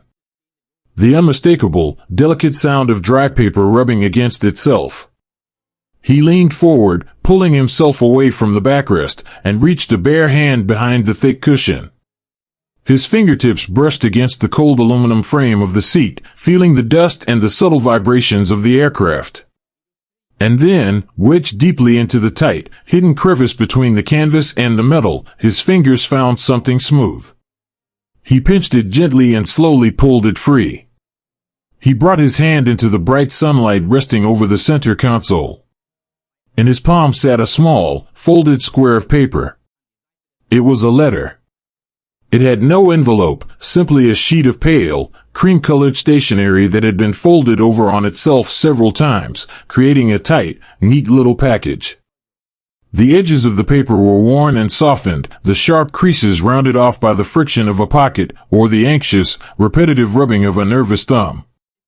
The paper itself was stained with the faint, yellowish smudges of machine oil and the dark, salty residue of human sweat. It was a piece of the world below, carried up into the freezing heights by a boy who had needed to keep it close. The pilot stared at it, a profound, heavy quiet settling in his chest. A letter is a sacred thing. In a time when the world was tearing itself apart, when thousands of miles of ocean and fire separated the young men of the sky from everything they had ever known, a piece of paper was the only bridge home. With slow, careful movements, treating the paper as if it were spun from the most delicate glass, the pilot unfolded it. The dry paper crackled softly in the quiet cockpit. The page was filled with a sweeping, hurried cursive. The ink was a pale, faded blue, pressed deeply into the paper by a hand that had clearly been trembling. In a few places, the ink had feathered and blurred, blooming into soft blue clouds where a drop of condensation from a freezing oxygen mask, or perhaps a quiet, solitary tear, had fallen onto the page. The pilot did not speak perfect English. He knew the terms of aviation, the clipped, technical vocabulary required to understand the captured manuals and the labels on the instrument panel. But he did not need a translator to understand the language of this paper. He knew the shape of the words. He recognized the gentle, curving loops of the greeting at the top of the page. Dearest. My darling. Mother. He could not read every sentence, but he could read the soul of the boy who had written them. He traced his finger lightly over the faded blue ink. He imagined the American boy sitting right where he was sitting now, or perhaps huddled in the freezing dark of the waist section, a small flashlight clenched between his teeth as he balanced this piece of paper on his knee. He imagined the deafening roar of the wind, the terrible, biting cold, and the paralyzing fear of the unknown journey ahead. And yet, in the middle of that mechanical nightmare, the boy had found a pen. He had found a piece of paper. And he had tried to send his heart across the sea. The pilot knew exactly what the letter said, because he had written the exact same letter 100 times himself, sitting by the dim light of a kerosene lantern in his own drafty barracks. It was a fortress of paper and ink, built to protect the ones left behind. The boy would not have written about the sheer, unadulterated terror of the flak bursting against the glass. He would not have written about the terrible, silent cold that turned a man's fingers white, or the agonizing empty beds in the barracks when a crew did not return. No, a soldier's letter is a beautiful, tragic lie. The boy would have written about the weather. He would have written about how good the food was, even though it was terrible, just so his mother would not worry that he was going hungry. He would have asked about the dog, and whether the paint on the front porch had started to peel yet. He would have promised that he was safe, that he was warm, and that he was being careful. He would have filled the page with small, ordinary, beautiful things, trying desperately to build a wall of normalcy between his family and the monstrous reality of the war. As the German pilot held the faded blue words in the sunlight, the lines between enemy and friend dissolved entirely. There was no politics here. There was no ideology. There was only a terrified boy, thousands of miles from his own bed, reaching out into the dark for a hand to hold. The vast, terrible machinery of the conflict was rendered entirely powerless by the simple, fragile beauty of this folded paper. It is in these quiet, deeply private spaces that the true history of the world is written. It is not recorded in the official after-action reports or the grand speeches of generals. It is recorded in the hurried handwriting of frightened young men, in the faded ink of unsent letters, and in the raw, uncensored emotions they hid from the world.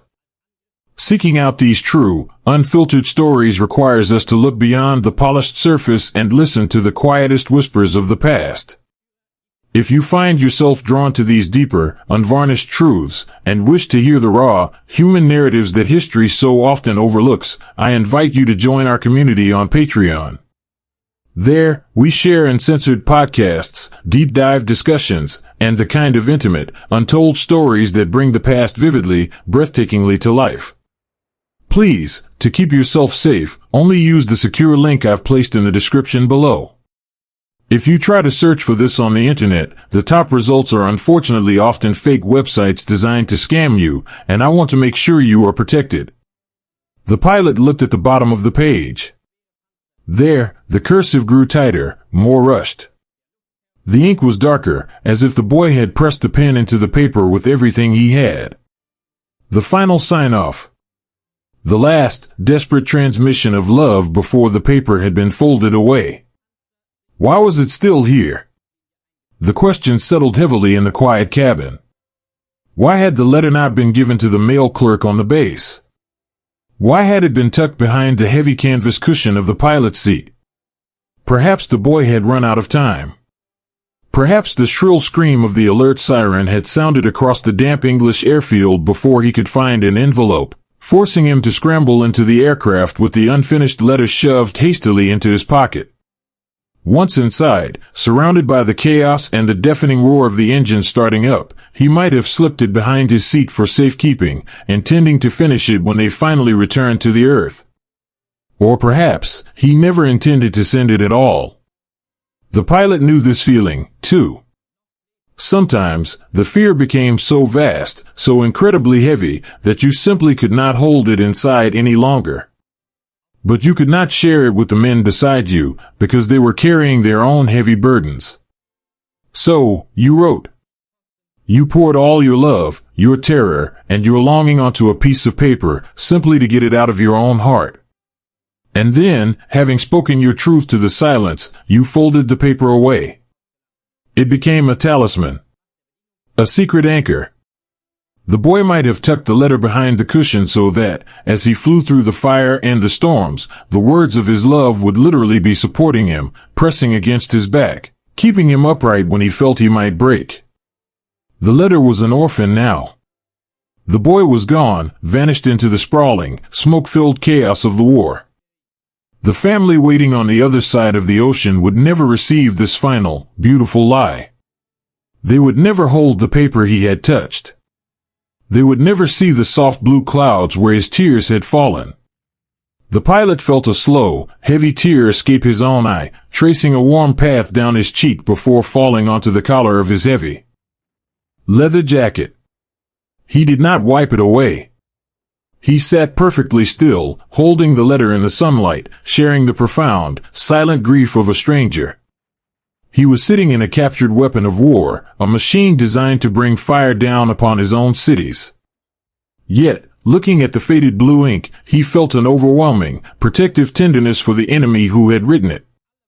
He wished, with an aching, desperate intensity, that he could fold the wings of this great bomber, turn it around, and fly this single piece of paper across the sea. He wished he could walk up the steps of that front porch, knock on the door, and place the letter into a mother's waiting hands. But the world does not work that way. The sky is vast, and the ocean is wide, and the war was a terrible, unyielding storm that swallowed such gentle intentions whole. With profound reverence, moving as slowly as a man performing a sacred rite, the German pilot began to fold the letter. He matched the creases perfectly, feeling the soft, worn edges of the paper give way under his fingertips. He folded it once, twice, 3 times, until it was a tight, neat little square once again. He held the small package in his palm for a moment longer, letting the warmth of his own hand seep into the paper. He closed his eyes and whispered a single, quiet word in his own language. A blessing. A promise of remembrance. Then, he leaned forward, pressing his weight against the control yoke. He reached his hand far down behind the heavy canvas cushion of the pilot's seat. He felt for the tight, hidden crevice between the fabric and the cold aluminum frame. With infinite care, he slipped the folded letter back into the dark. He pushed it deep, ensuring it was safe, ensuring it would not be shaken loose by the turbulence or discovered by the cold, unfeeling hands of the military intelligence officers who would eventually pull this machine apart. It belonged to the ship now. It belonged to the ghosts in the aluminum. The pilot leaned back, settling his shoulders into the canvas.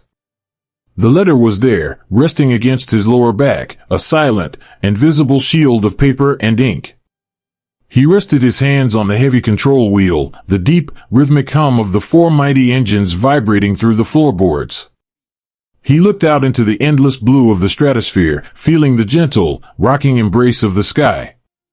The war was still raging far below, but up here, in the quiet sanctuary of the cockpit, he was no longer flying alone. He was flying with the enduring, unbroken love of a missing boy, carrying his words safely through the clouds. There is a profound, beautiful loneliness that only exists miles above the earth, where the air thins into a breathtaking void and the sky deepens into an endless, eternal blue. The silver Leviathan was no longer climbing.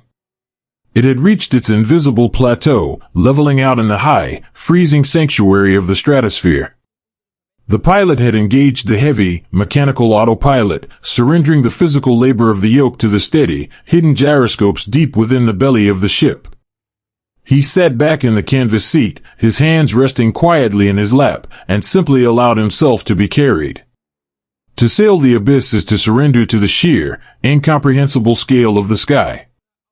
Up here, stripped of the frantic urgency of the takeoff and the terrifying calculations of the landing, time itself seems to slow down, expanding until it feels as vast and unmeasured as the horizon. The deep, four-part harmony of the massive engines had settled into a continuous, unbroken drone. It was a hypnotic sound, a heavy, rhythmic heartbeat that vibrated through the aluminum floorboards and hummed softly in the pilot's chest. It was the only sound in the universe. Outside the thick plexiglass windows, the world had been simplified into two absolute elements, the blinding, sunlit blue above, and the infinite, rolling ocean of white clouds below. The clouds formed a perfect, unbroken floor, hiding the earth completely. Looking down at that soft, pristine blanket, the pilot felt a strange, profound sense of detachment wash over him. Beneath those clouds, his country was burning. Beneath that pure white veil, armies were shifting through the mud, cities were reduced to jagged silhouettes against the night, and millions of frightened hearts were waiting for the next terrifying wail of the sirens. It was a world of sharp edges, dark smoke, and unimaginable sorrow. But up here, sitting in the very machine designed to bring that sorrow from the sky, none of it felt real. The abyss was an absolute equalizer, an ocean of air that washed away the borders, the hatred, and the noise. The sky did not know there was a war. The sun did not shine any brighter on the victor, and the cold did not spare the defeated. The stratosphere was entirely indifferent to the frantic, fleeting struggles of the men below. He looked around the empty cockpit, bathed in the gentle, golden light of the morning sun. He thought of the 10 young boys who had once called this hollow, humming tube their home. How many hours had they spent sitting exactly like this, suspended in the purgatory between the safety of their airfield and the terrifying fire of their target? He imagined them in this quiet phase of the journey. The adrenaline of the takeoff had faded, leaving behind only the heavy, exhausting weight of anticipation. They were trapped in a silver bubble, sailing across an abyss, with nothing to do but wait, and think, and listen to the engines. He pictured the young pilot, his hands resting lightly on his knees, his eyes staring out into the endless blue, trying not to think about what awaited them at the end of the line. He imagined the bombardier, sitting alone in the glass nose of the ship, surrounded by nothing but empty air, watching the clouds roll by beneath his boots. What were they thinking about in this profound, isolated silence? They were likely thinking of incredibly small, gentle things. When a human being is suspended over the abyss, staring at the raw, unfiltered infinity of nature, the mind instinctively retreats to the safe, the familiar, and the intimate. They thought of the smell of coffee on a Sunday morning. They thought of the sound of a screen door slamming shut on a warm summer evening. They thought of a girl's laugh, the soft fur of a dog, or the exact shade of the wallpaper in their childhood bedroom. In the face of the vast, terrifying emptiness of the sky, these tiny, fragile memories were their only anchor. They clung to these thoughts, repeating them in their minds like quiet prayers, building an invisible fortress of love to protect themselves from the freezing void outside the glass. The German pilot understood this intimately. He too was a sailor of this high, lonely ocean. He knew the agonizing beauty of this waiting period. He knew how the mind wanders, how the heart aches with a sudden, desperate homesickness when you are entirely removed from the earth. He felt a deep, swelling kinship with the missing American boys. They were all just lonely travelers, caught in a magnificent, terrible machine, trying to find a moment of peace before the storm. As he watched the sunlight play across the hundreds of dials and switches, he realized how much of the war was simply this, waiting in the dark, waiting in the cold, waiting in the vast, indifferent silence. We are so often taught the loud, violent history of the world. We are told the dates of the great battles, the names of the generals, and the terrifying statistics of the fallen. But the truest, deepest essence of the era is hidden in these quiet shadows. It is found in the unsent letters, the whispered conversations over the intercom, and the profound, silent hours spent sailing the abyss, entirely alone with one's thoughts. The history that truly shapes our hearts is rarely found on the front page. It is tucked away in the forgotten operations, the secret moments of mercy, and the untold stories of ordinary people asked to do impossible things.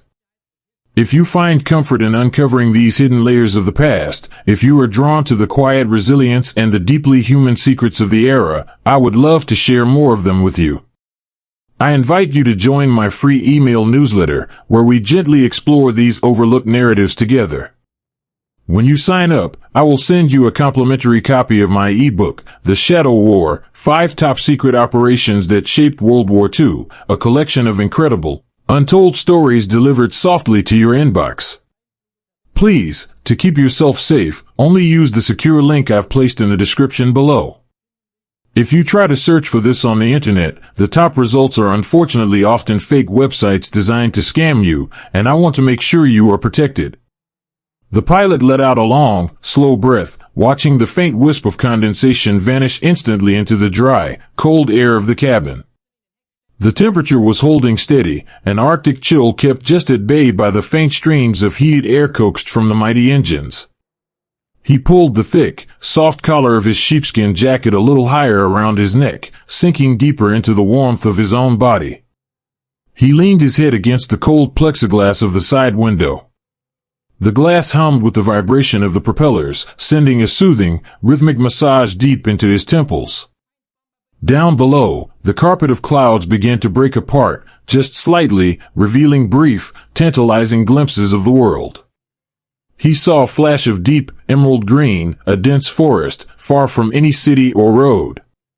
He saw the winding, silver ribbon of a river, cutting a peaceful path through a silent valley.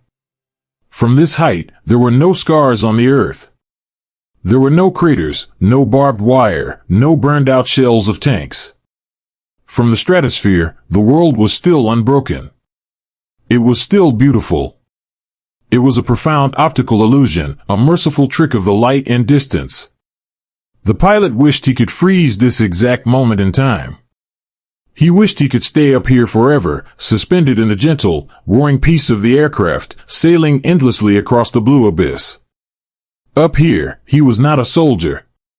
He was not an enemy.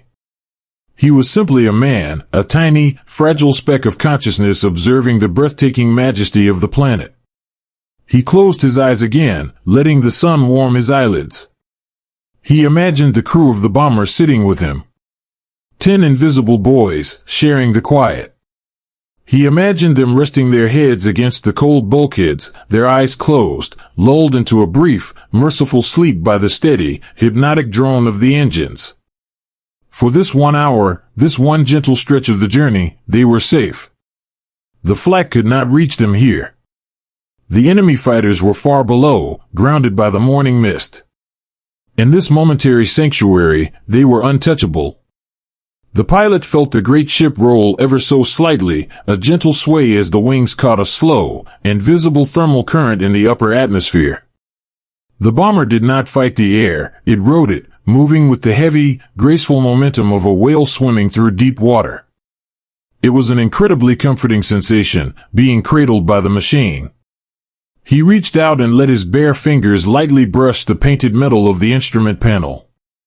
It was a small gesture of gratitude. He was thanking the aircraft for its strength, for its warmth, and for the temporary illusion of peace it was providing. The war would be waiting for him when he descended. The moment the wheels touched the damp German runway, the heavy, suffocating mantle of his duty would fall back over his shoulders. He would have to write a report. He would have to detail the performance of the engines, the heavy handling of the controls, and the vulnerability of the armor. He would have to hand over the secrets of the fortress to men who would use that knowledge to tear more of these beautiful silver ships from the sky. But not yet. For now, the descent was a long way off. For now, there was only the sun, the clouds, and the deep, endless hum of the 4 turning blades.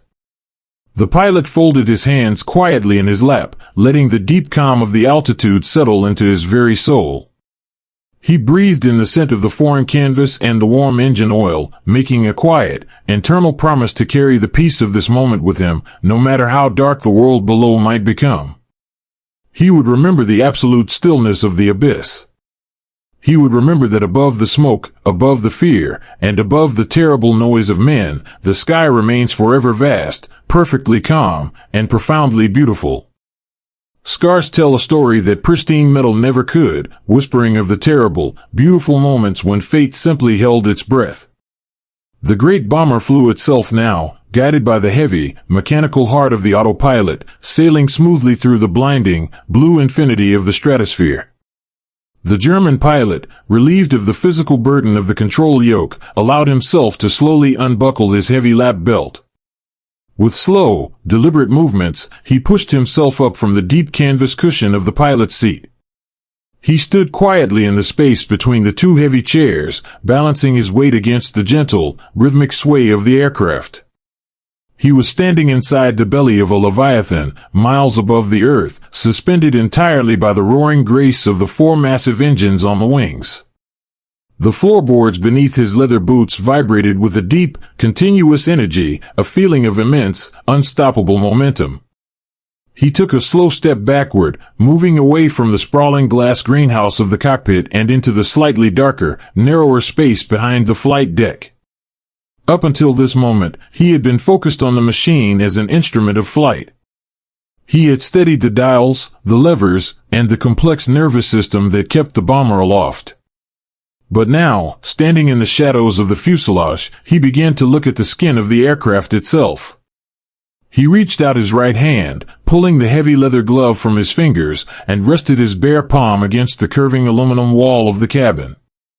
The metal was profoundly cold, carrying the freezing touch of the thin air outside. But as he slowly traced his hand along the painted surface, his fingertips felt something that made his breath catch softly in his throat. The metal here was not smooth. It was not the perfect, unbroken curve of a machine fresh from the bright, safe factories of America. It was scarred. Just above the entrance to the radio compartment, his fingers found a square patch of metal. It was a piece of raw, unpainted aluminum, riveted directly over the olive drab paint of the interior wall. It was no larger than a man's hand, but it stood out starkly against the dark green surrounding it. The pilot leaned closer, the golden sunlight from the cockpit windows casting long, revealing shadows across the uneven surface of the wall. The rivets holding the small patch in place were not the perfectly spaced, machine-stamped dimples he had seen on the rest of the aircraft. These rivets were slightly uneven. They had been driven in by hand, likely in a desperate hurry. He traced the edge of the patch. Beneath the thin piece of silver metal, he could feel the jagged, torn edge of the original aluminum skin. It was a violent, tearing wound that had been carefully covered over. A heavy, solemn silence settled over him, deeper than the hum of the engines. He was touching a place where the sky had broken through. He closed his eyes and let his imagination drift back to the terrible, chaotic moment this wound was created. He imagined this very cabin, filled not with silence, but with the deafening roar of combat. He saw the American boys, wrapped in their heavy sheepskin suits, their eyes wide with a terror they could not voice, listening to the terrifying, metallic rattle of shrapnel tearing through the air around them. And then, the impact. A jagged piece of hot steel, perhaps fired from a fighter plane exactly like his own, tearing through the thin skin of the bomber with a blinding flash and a concussive roar. He imagined the sudden, agonizing scream of the freezing wind rushing into the pressurized cabin, the sudden drop in temperature, the desperate, frantic scramble to check the man standing next to you to see if he was still breathing. The piece of shrapnel that had made this hole had passed exactly at the height of a man's chest. It had missed the radio operator by inches. Destiny is a cold and terrifying thing. It does not choose its favorites based on virtue or courage. It moves blindly through the dark, a fraction of an inch to the left, a fraction of an inch to the right, deciding who will return to the warm embrace of their families and who will vanish into the endless blue. The boy who had stood in this room when the metal tore open had felt the cold breath of that destiny brush right past his cheek. He had survived, not because he was braver than anyone else, but simply because fate had decided it was not his time. The pilot moved his hand slowly down the wall, his heart aching with a profound, silent respect. He found another patch near the floorboards, this one longer, covering a deep gash where a heavy bullet had scraped along the frame. And further back, near the doorway to the bomb bay, he found a cluster of tiny, jagged holes that had simply been covered with thick, heavy layers of waterproof tape. This aircraft was not a pristine weapon. It was a survivor. It had flown into the fire, it had been wounded, it had bled, and it had somehow managed to limp back across the freezing ocean to the safety of its home. And as he looked at the uneven, hurried rivets of the patches, the pilot thought not of the terror in the sky, but of the quiet, desperately beautiful love on the ground. He thought of the mechanics.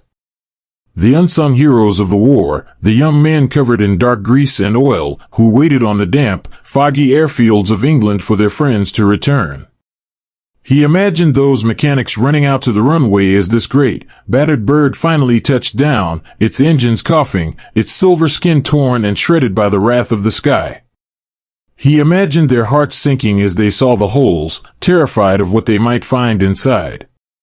And then, the incredible, weeping relief when the hatch opened and the crew climbed out, shaken, exhausted, but whole. Those mechanics would not have slept that night. They would have dragged heavy floodlights out onto the freezing, rain-swept tarmac. With numb fingers and aching backs, they would have cut away the jagged, torn metal. They would have carefully measured and cut fresh pieces of aluminum, placing them gently over the wounds of the great ship, hammering the rivets into place while the rest of the base slept. They were sewing the armor back together. They were performing an act of profound, protective devotion, doing everything in their power to ensure that when these boys flew back into the dark the next morning, they would have a solid wall between them and the fire. It is so vital to remember these physical, tangible marks of survival. When we reach out and touch the scars of the past, we are no longer just learning history, we are feeling the very fabric of human endurance. It connects us to their quiet courage in a way that words alone sometimes cannot. If you find yourself deeply moved by these visual and physical reminders of resilience, and wish to hold the piece of that era close to you, or see its sweeping narrative brought to life, I have something special to share. I have curated a wonderful collection on Amazon, where you can find authentic World War II memorabilia, items that carry the weight and the stories of the time. You can also find masterfully crafted films there, like Midway on Prime, which beautifully capture the vast, emotional scale of the battles they fought. Please, to keep yourself safe, only use the secure link I've placed in the description below. If you try to search for this on the internet, the top results are unfortunately often fake websites designed to scam you, and I want to make sure you are protected. The pilot let his hand rest over the patched metal, letting the deep, soothing vibration of the fuselage travel up his arm. The cold touch of the aluminum was no longer a symbol of the enemy, it was a testament to the sheer, stubborn will of the human spirit. To climb into an airplane for the first time takes a certain kind of bravery. But to climb back into an airplane that has already been torn open, to step back into a room where you watch the sky try to claim you, and to willingly fly back into the exact same storm, that requires a quiet, devastating resilience that the pilot could hardly fathom. He wondered about the boys who had flown this ship after the patches were applied. Did they reach out and touch the raw silver metal, just as he was doing now? Did they run their thumbs over the uneven rivets before takeoff, treating the scars like a lucky charm? Did looking at the repaired wounds make them feel safer, knowing the machine could take a hit and keep flying, or did it only serve as a terrifying, constant reminder of how incredibly fragile they truly were? He stepped over to the small, scuffed plexiglass window on the side of the fuselage. The light pouring through it was brilliant and pure, illuminating the dust motes dancing in the cold air of the cabin. He looked closely at the edge of the window frame. There, etched faintly into the olive drab paint, probably with the tip of a pocket knife or a small coin, were a series of tiny vertical lines. Tally marks. 5 small lines, grouped together. Then another 5. Then 3. 13 marks. 13 missions. 13 times this crew had pushed the heavy throttles forward, left the safety of the earth, and sailed into the abyss. 13 times they had faced the blinding terror of the flak and the screaming engines of the fighters, and 13 times, against all logic and probability, they had found their way home. The pilot felt a lump rise in his throat. He reached out and gently traced the tiny scratches in the paint. They were not boasts. They were not the arrogant markings of conquerors. They were simply a quiet, desperate accounting of survival. They were a boy's way of saying to the universe, I am still here. We are still here. Please, let us add one more mark tomorrow. The machine was entirely indifferent to its own survival. The steel did not care if it returned to the runway or if it was scattered across a dark forest. But the men inside it cared with an intensity that burned brighter than the sun above them. They poured their souls into this metal shell, and the shell, in turn, carried their fears, their hopes, and the physical scars of their journey. The pilot turned away from the scarred wall, his heart heavy with a strange, beautiful sorrow. He walked slowly back toward the bright, sunlit expanse of the flight deck, his boots stepping softly over the vibrating floorboards. He felt as though he had just walked through a cathedral, a sacred space consecrated not by religion, but by the sheer, unyielding endurance of ordinary men.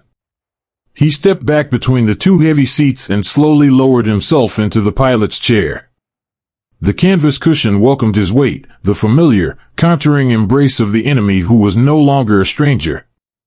He reached forward and gently rested his hands on the black semicircle of the control yoke, letting the silent gyroscopes of the autopilot continue their steady, flawless work.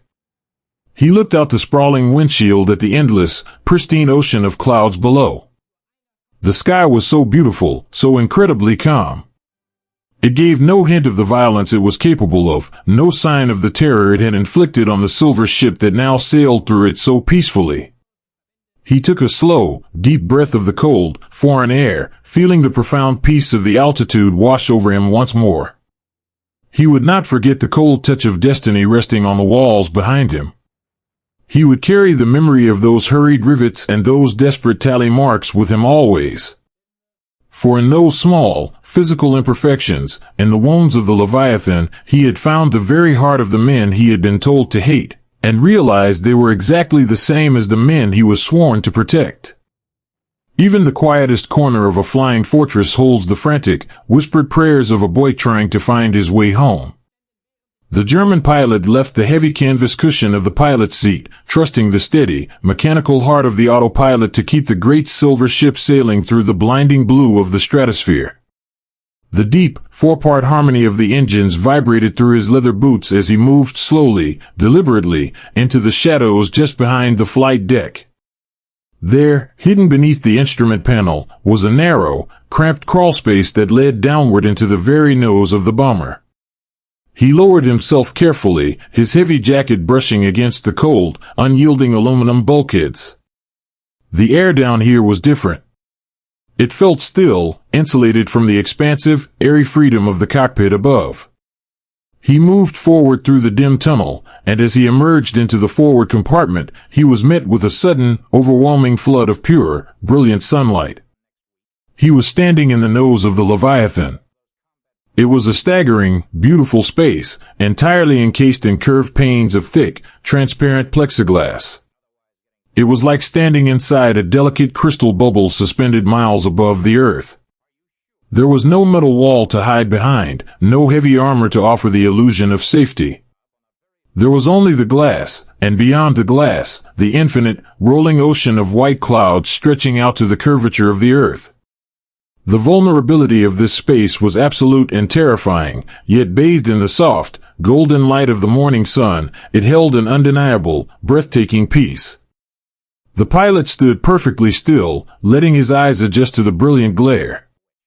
To his left, tucked neatly against the curving wall of the fuselage, was a small, simple wooden desk. It was entirely out of place in this vast machine of steel and fire. It looked like a desk from a quiet countryside classroom, complete with a small, shaded reading lamp and a wooden chair. This was the navigator's sanctuary. He stepped closer, his bare hand reaching out to touch the smooth, scuffed edge of the wood. This small piece of timber was the single most important place on the entire ship when the world outside the glass turned dark and chaotic. The pilots had the immense physical burden of keeping the heavy fortress in the air, but it was the boy who sat at this desk who carried the agonizing responsibility of telling them where to go. When the skies filled with blinding, choking clouds, when the radio signals faded into a hiss of empty static, and when the earth below was entirely hidden from view, the lives of 10 young men rested entirely on the tip of a simple wooden pencil. The pilot leaned over the desk, his shadow falling across the papers scattered across its surface.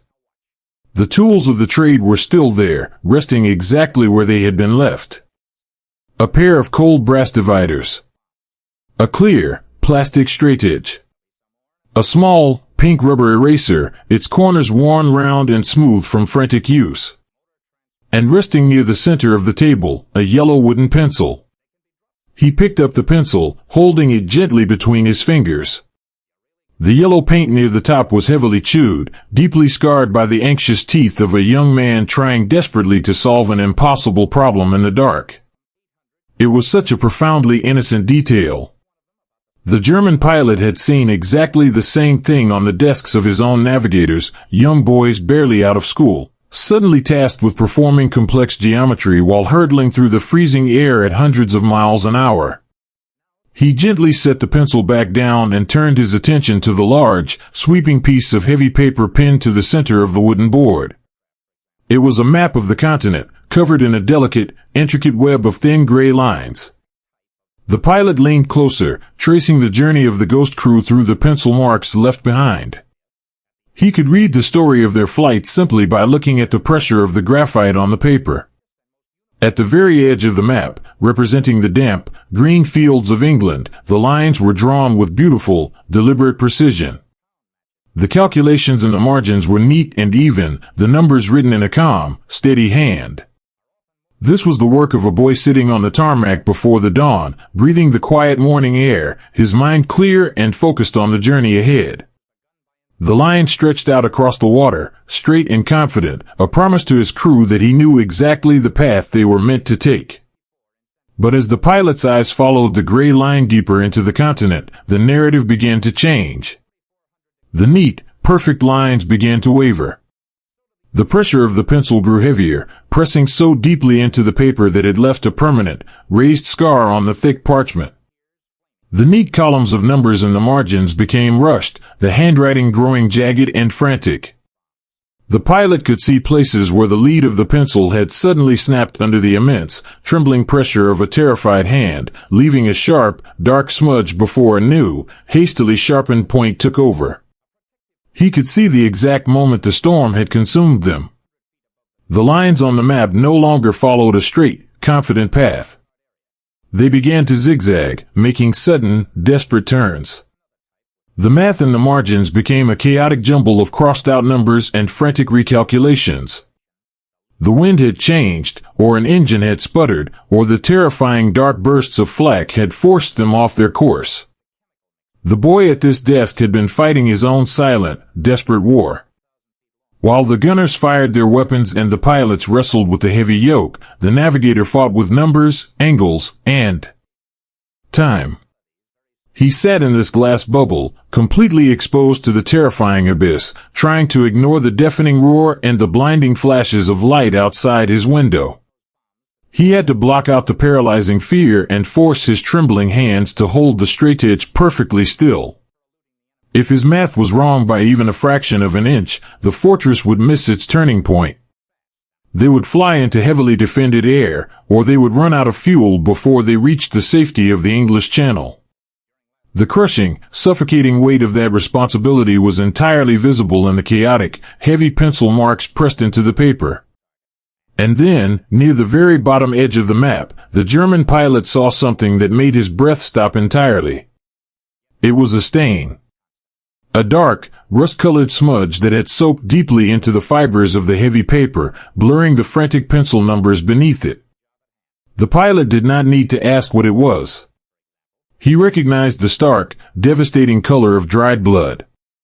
He did not touch the stain.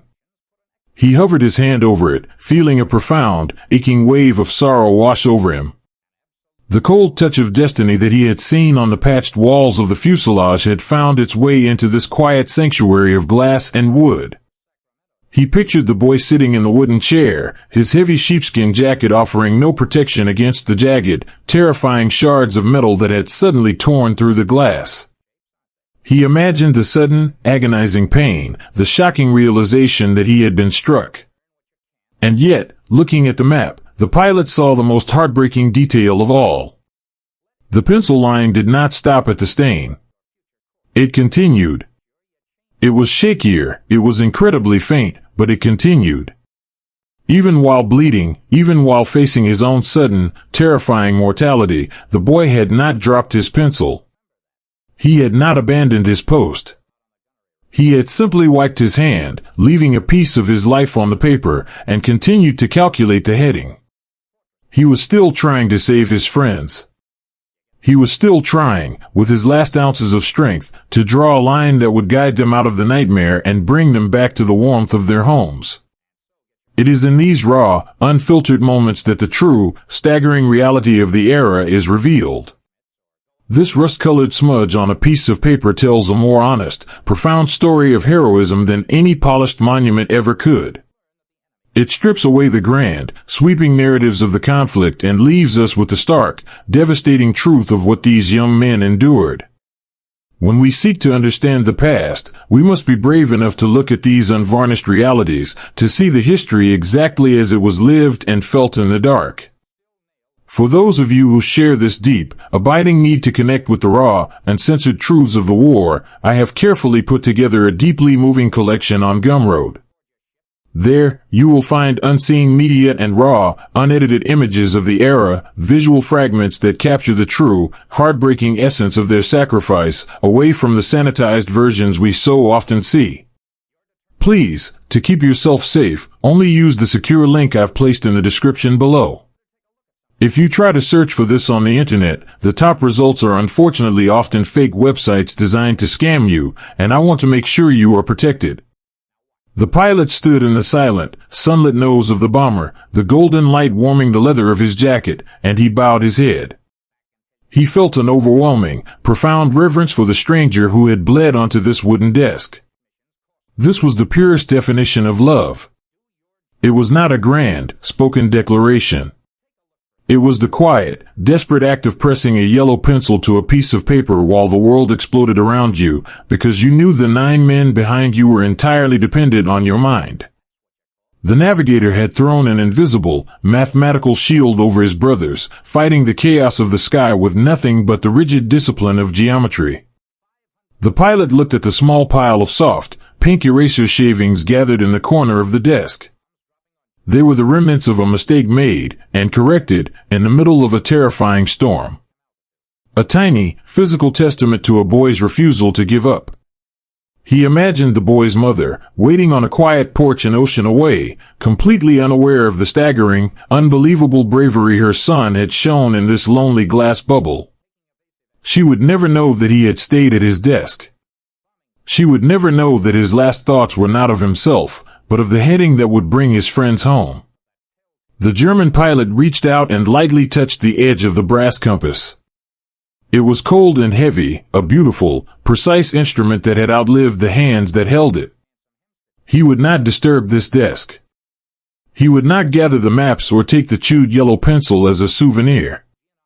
This table was a shrine. It was a holy place, consecrated by the quiet, enduring love of a missing boy.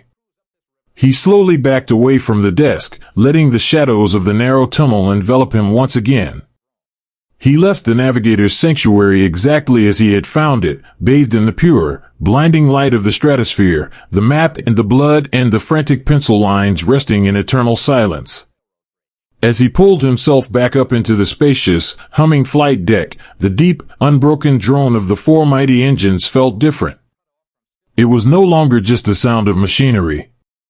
It was a choir, a continuous, roaring hymn of remembrance.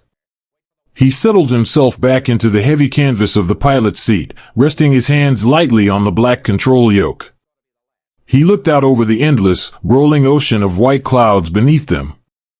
The sky was vast, and the abyss was deep, but he knew he was not sailing it alone. He was guided by the invisible, wavering pencil lines of the boy in the glass nose. He would fly this great silver fortress carefully, softly, honoring the whispered echoes from the navigator's table, and carry their quiet resilience safely through the endless blue. To look down upon the world you love through the glass of an enemy's eye is to feel the heartbreak in an entirely new way. The pilot moved just a few steps forward from the navigator's quiet, wooden desk, stepping to the very front of the sprawling glass bubble that formed the nose of the great ship. Here, at the absolute edge of the Leviathan, there was nothing between him and the infinite expanse of the sky but a thin, curving shield of cold, clear plexiglass. He was standing at the very tip of the spear, a place entirely exposed to the blinding light of the stratosphere and the terrifying emptiness of the abyss. Just below him, resting on the floorboards, was a small, worn cushion. This was the bombardier station. The pilot slowly lowered himself onto the cushion, bringing his face close to the intricately framed glass of the targeting window. The deep, four-part harmony of the engines wrapped around him, a constant, heavy hum that vibrated through the floor and into his bones. The air up here was still, filled with the scent of old canvas, cold metal, and the faint, sweet trace of nervous sweat left behind by the boy who had claimed this seat before him. Directly in front of him sat a heavy, complex instrument made of black metal and finely ground optical glass. It was an arrangement of lenses, dials, and delicate spinning gyroscopes, an instrument of terrifying precision. It was designed to do one single, devastating thing, to calculate the exact moment when the heavy belly of the fortress should open, letting the fire fall toward the earth. The pilot leaned forward and rested his forehead against the cold rubber eyepiece of the sight. Below him, the ocean of white clouds was beginning to break apart, parting like a heavy curtain to reveal the world far beneath the belly of the bomber. As he looked through the clear optical glass, he did not see a map of hostile territory. He did not see a nameless, distant land painted in the cold, detached colors of a military objective. He saw his home. Through the intricate crosshairs of the enemy's sight, he watched the beautiful, winding silver ribbon of a familiar river catching the morning light. He saw the dark, lush expanse of the pine forests where he had played as a child, their deep green canopy looking as soft as moss from this staggering height. And nestled in the gentle curve of a valley, he saw the tiny, red-tiled roofs of a sleepy village, looking for all the world like a scattering of wooden blocks left behind on a playroom floor. It was breathtakingly beautiful. The earth looked so peaceful, so entirely unbroken. From up here, there was no sign of the hunger, the rationing, or the fear that gripped the people walking those tiny, invisible streets. But as he stared through the black crosshairs, a profound and terrible realization washed over him. He was looking at his beloved homeland exactly as the American boy had looked at it. To the young bombardier who had sat on this very cushion, this was not a home. It was not a place filled with bakeries, schoolyards, and mothers hanging laundry on a line in the cool morning air. To that boy, thousands of miles from his own front porch, this beautiful patchwork of fields and forests was simply a target. It was a terrifying, hostile place that fired dark clouds of shrapnel up into the sky, trying to tear his silver ship apart. The German pilot closed his eyes for a moment, the heavy vibration of the engines humming against his chest. He tried to imagine the immense, crushing psychological weight placed upon the shoulders of the boy who had looked through this glass. The bombardier was not a monster. He was just a boy, perhaps 19 or 20 years old, who had grown up in a quiet town across the ocean. He probably loved the smell of cut grass, the feeling of a baseball in his hand, and the sound of his father's laugh.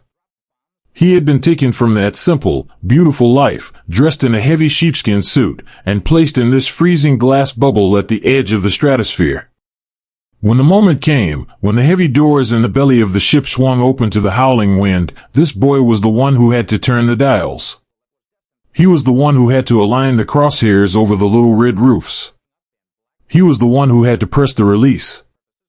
The tragic detachment of the high-altitude war suddenly felt unbearable. The boy in this seat was separated from the reality of his actions by miles of empty, freezing air. He did not hear the sirens. He did not see the fear in the eyes of the people below. He only saw a smudge of gray smoke blooming silently in the distance, a quiet, abstract conclusion to a mathematical equation. Yet, the pilot knew that kind of detachment comes with a terrible, hidden cost. He imagined the bombardier lying awake in his cot on the damp English airfield, staring at the dark ceiling of the barracks. In the quiet of the night, when the roar of the engines had finally faded from his ears, did the boy wonder about the little red roofs? Did he wonder if the gardens down there looked like his mother's garden back home?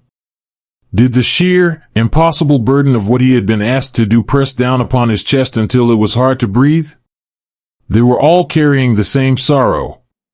The German pilot, defending the skies above his burning cities, and the American boy, dropping the fire from the clouds. They were both trapped in the gears of a massive, unfeeling machine, asked to surrender their humanity to the terrible logic of the war. It takes a profound, quiet grace to sit in the seat of your enemy and feel only empathy for their pain. It is an act of everyday heroism to look past the uniform, past the terrifying machinery of conflict, and recognize the fragile, beating heart of the person on the other side. Preserving these moments of deep, shared humanity is a delicate and beautiful task, one that requires time, dedication, and a willingness to look closely at the shadows of our past. If you feel touched by these quiet stories, and if you would like to help support the deep research and the quiet hours it takes to weave these narratives together, I would be so incredibly grateful for a small tip on my Ko-Fi page. Even the smallest gesture helps me continue to bring these forgotten whispers of history into the light. Please, to keep yourself safe, only use the secure link I've placed in the description below. If you try to search for this on the internet, the top results are unfortunately often fake websites designed to scam you, and I want to make sure you are protected. The pilot slowly pulled his face away from the heavy optical sight. The cold rubber of the eyepiece left a faint, chilling circle on his forehead.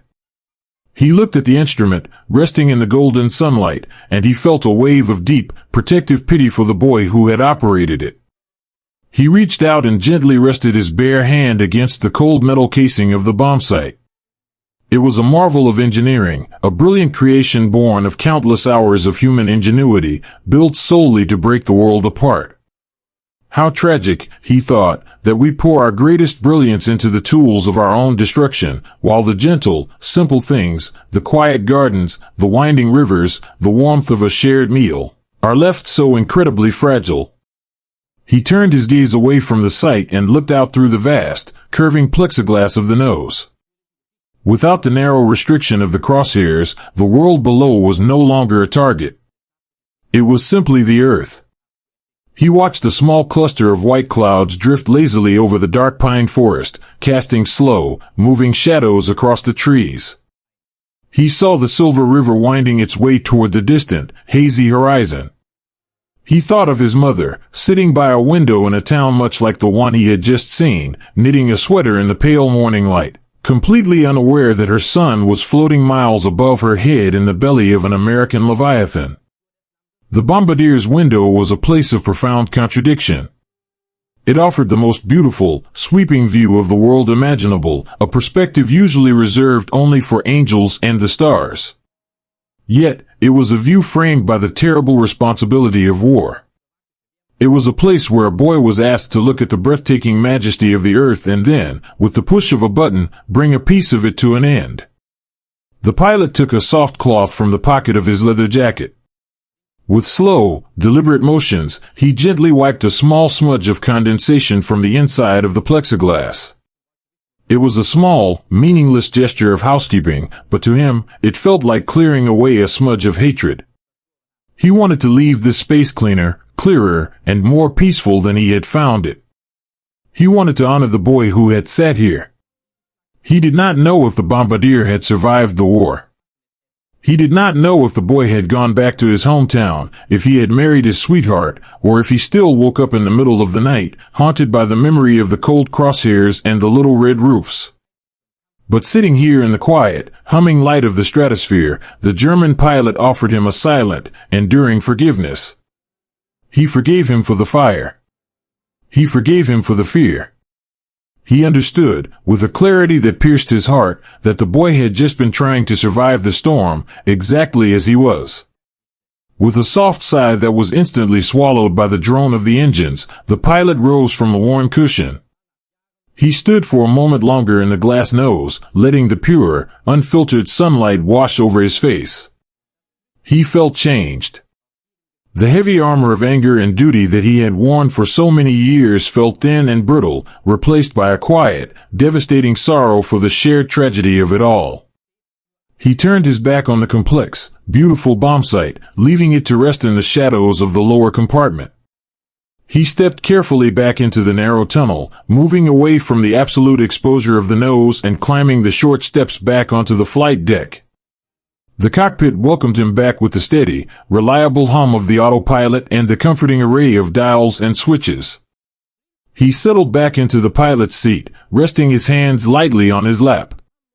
He looked out the sprawling windshield, past the spinning silver discs of the propellers, and up into the endless, deep blue of the sky. He would never look down at the earth the same way again.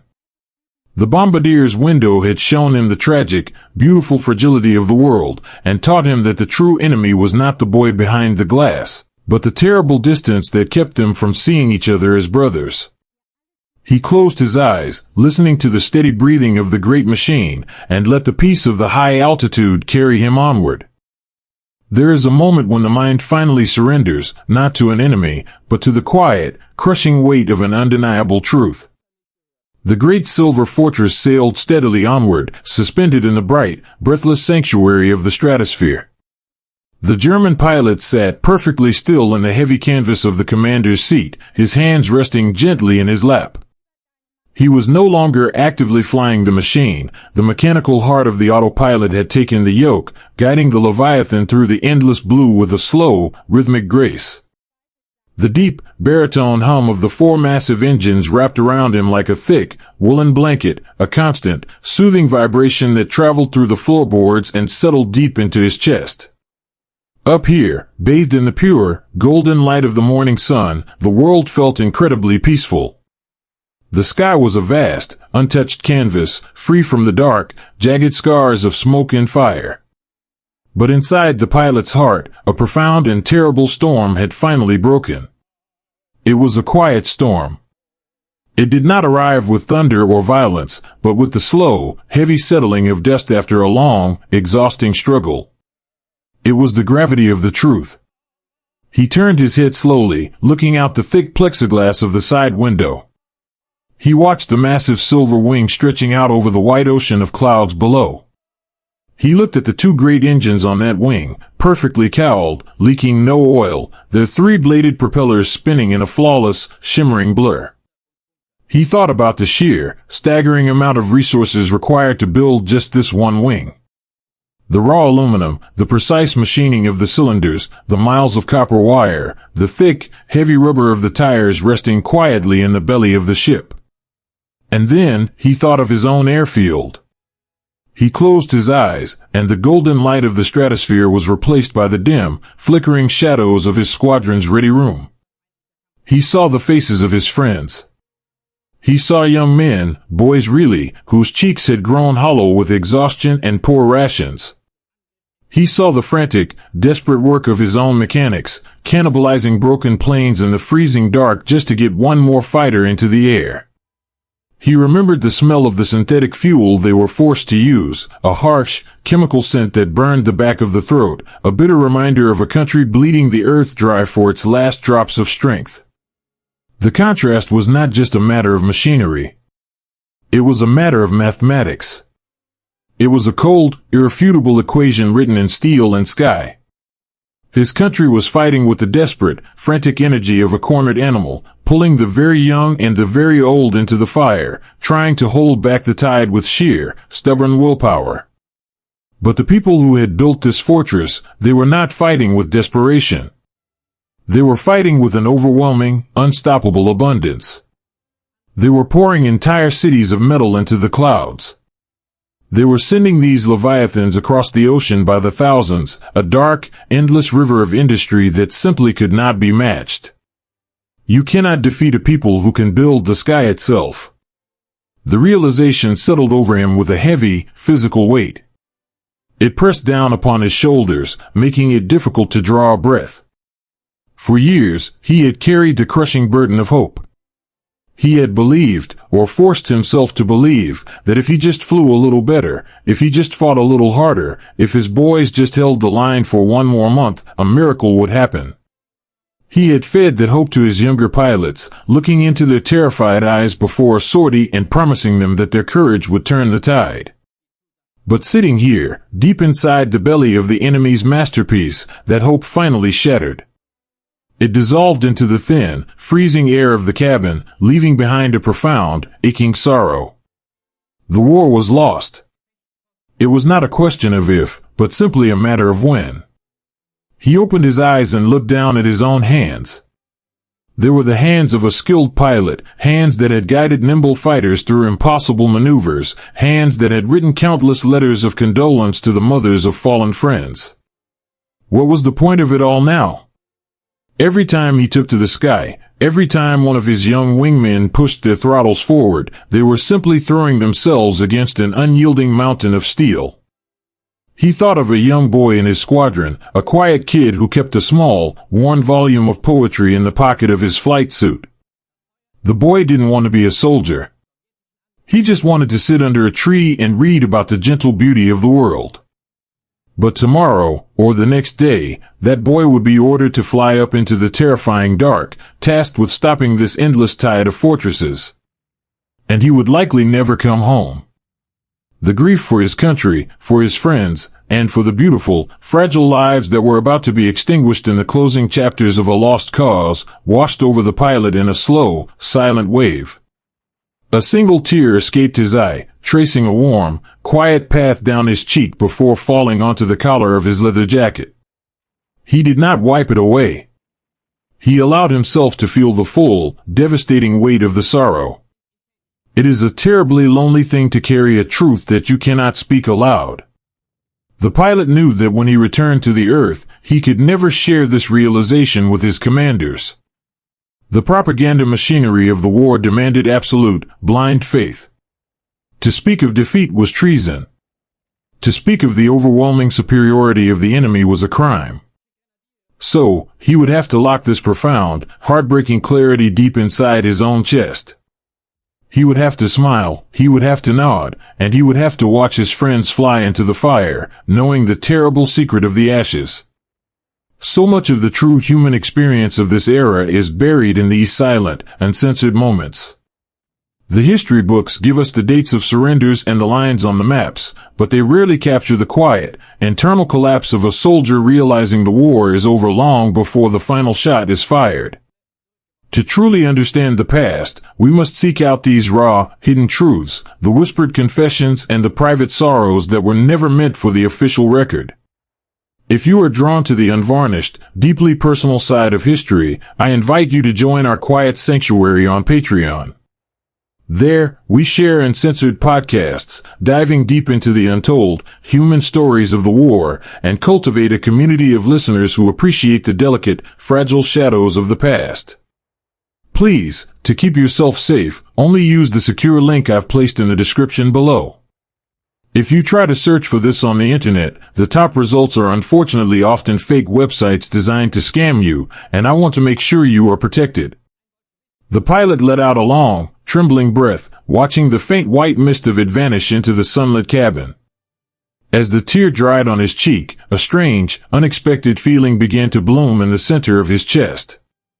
It was peace. The heavy, suffocating burden of fighting the inevitable had been lifted.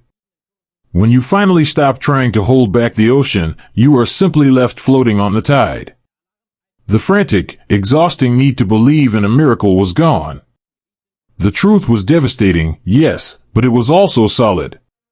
It was real.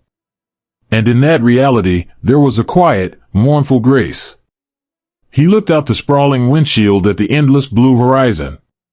He no longer felt a burning hatred for the boys who flew these fortresses. He could not hate them any more than he could hate the rain for falling or the wind for blowing. They were simply a force of nature, a vast, mechanical storm summoned by a world far larger than his own. They were frightened boys, just like his own, caught in the relentless, grinding gears of destiny. He reached out and gently placed his hand on the black semicircle of the control yoke. He did not disengage the autopilot, but he wanted to feel the connection to the machine. He wanted to feel the pulse of the Leviathan beneath his palms. He was a guardian of this ship now. He was a silent witness to its power, and a solitary mourner for the world it was destined to destroy. He thought of the American crew, the 10 ghosts whose memory lingered in the scent of canvas and stale tobacco. He felt a profound, invisible thread connecting his heart to theirs. They were all just sailors on a dark and violent sea, trying to find their way home. The sunlight shifted, casting long, amber shadows across the instrument panel. The flight was nearing its end. The quiet, suspended sanctuary of the stratosphere could not last forever. Soon, he would have to disengage the gyroscopes. Soon, he would have to pull back the 4 heavy throttles, silencing the mighty song of the engines, and begin the long, slow descent back into the smoke and the mud of the world below. But for these last few precious minutes, he simply sat in the quiet. He held the yoke, he listened to the deep, resonant breathing of the fortress, and he let the gravity of the truth anchor his soul. He was a defeated man, flying a captured ship across an endless sky, but in his complete surrender to the sorrow of the world, he had never felt so profoundly, beautifully human. Every sanctuary in the sky is only borrowed, and eventually, the earth always calls her children home. The German pilot sat in the deep canvas cushion of the commander's seat, bathed in the pure, untouchable light of the stratosphere. For an hour, he had been a ghost sailing across an infinite blue ocean, perfectly suspended above the sorrows of the world. He had felt the heartbeat of the captured Leviathan, he had touched the scars of its survival, and he had listened to the quiet, invisible echoes of the boys who had once called this fortress their home. But the fuel dials on the broad instrument panel were slowly creeping downward, drawing an invisible, inevitable arc back toward the damp soil of the continent. It was time to wake from the dream. With a deep, reluctant sigh that was lost entirely to the hum of the cabin, the pilot reached out his right hand. He rested his bare fingers over the 4 smooth, round knobs of the throttle levers. For a moment, he just held them, feeling the immense, forward-pulling power of the machine vibrating against his palm. He did not want to leave this high, holy place. Up here, there were no enemies, no borders, no desperate commanders waiting for reports. There was only the sun, the wind, and the absolute peace of the abyss. Slowly, gently, he pulled the 4 levers backward. The change was immediate and deeply physical. The triumphant, baritone roar of the 4 mighty engines softened, dropping an octave into a low, mournful murmur. The vibration running through the floorboards eased, the fierce energy of the climb and the cruise giving way to a heavy, yielding surrender. The nose of the great silver ship dipped ever so slightly, pointing down toward the endless, rolling carpet of white clouds below. The descent had begun. As the bomber began to slip away from the thin, freezing air of the upper atmosphere, the pilot felt a profound, aching heaviness settle into his bones. It was not just the physical shift in gravity. It was the emotional weight of returning to a world that was tearing itself apart. He thought of the American boys who had flown this very ship, and how this exact moment of the flight must have felt to them. He imagined them making the long, terrifying journey back from the heart of the continent, their silver skin torn by shrapnel, their bodies numb with a cold so deep it felt like it would never leave them. When their pilot finally pulled the throttles back, letting the nose drop toward the safety of the English Channel, a collective, trembling sigh must have rippled through the intercom wire. It was the moment they knew they had survived the fire one more time. He pictured the waist gunners stepping away from their open, howling windows, pulling off their heavy oxygen masks, and leaning their exhausted heads against the cold aluminum bulkheads. He imagined the navigator carefully folding his blood-stained maps, his hands shaking with the delayed shock of the adrenaline leaving his body. He thought of the young men reaching into their pockets, finding the small, folded letters they had written to their mothers, and feeling a sudden, weeping rush of gratitude that they would be able to mail them after all. For those boys, the descent was a return to life. It was a return to warm coffee, to soft beds, and to the beautiful, mundane safety of the earth. But for the German pilot, the descent felt entirely different. He was not returning to safety. He was returning to a tragic illusion. As the bomber sank lower, the brilliant, golden sunlight of the stratosphere began to dim. The bright, endless blue above him was slowly replaced by the gray, heavy ceiling of the cloud layer rushing up to swallow the ship. The temperature inside the glass greenhouse of the cockpit began to change. The delicate, fern-like patterns of frost that had gathered on the edges of the plexiglass began to weep, turning into slow, clear droplets of water that traced winding paths down the windows, looking for all the world like quiet tears. Then, the nose of the fortress pierced the clouds. The cockpit was instantly plunged into a soft, milky twilight. The world outside the glass vanished entirely, replaced by a rushing, swirling mass of damp gray mist. The pilot was flying blind again, cocooned inside the belly of the Leviathan as it drifted down through the thick, wet air. With the clouds came the smell of the lower world. The pure, sterile scent of the high altitude was pushed out of the cabin, replaced by the heavy, humid aroma of the earth. He could smell the damp pine needles of the forests below. He could smell the rich, dark soil turning over in the autumn chill. And, faintly, catching in the back of his throat, he could smell the bitter, unmistakable scent of distant wood smoke. He was descending back into the fire. He rested his hands on the black semicircle of the control yoke, guiding the heavy ship through the mist, and he felt the secret he had discovered in the heights pressing down upon his chest. He knew, with absolute, terrifying clarity, that the war was lost. He had seen the staggering, unstoppable, industrial might of the enemy, written in the perfect steel and the countless rivets of this flying city. He knew that all the courage in the world could not hold back the tide of these silver ships. When he landed, he would have to face his young, exhausted comrades. He would look into the hollow, desperate eyes of the boys he commanded, boys who still believed that their sacrifices would somehow save their homes. He would have to sit in a drafty, dimly lit briefing room and give a technical report to his superiors, detailing the armor and the engine performance of the bomber. But he could never tell them the truth. He could never tell them that he had seen the end of their world. He would have to carry this heavy, invisible burden entirely alone. He would have to act the part of the confident commander, ordering young men into a sky he knew they could not conquer, simply because the brutal, unyielding machinery of the military demanded it. The isolation of that knowledge was far colder than the freezing winds of the stratosphere had ever been. It is a terrible thing to be the only one who sees the shadows gathering, to carry a quiet truth while the world around you demands a loud and violent lie.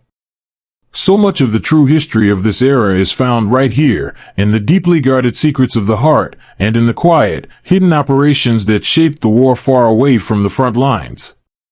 The most profound stories are often the ones that were whispered in the dark, the unseen acts of mercy, the covert missions, and the private realizations of the men and women caught in the storm.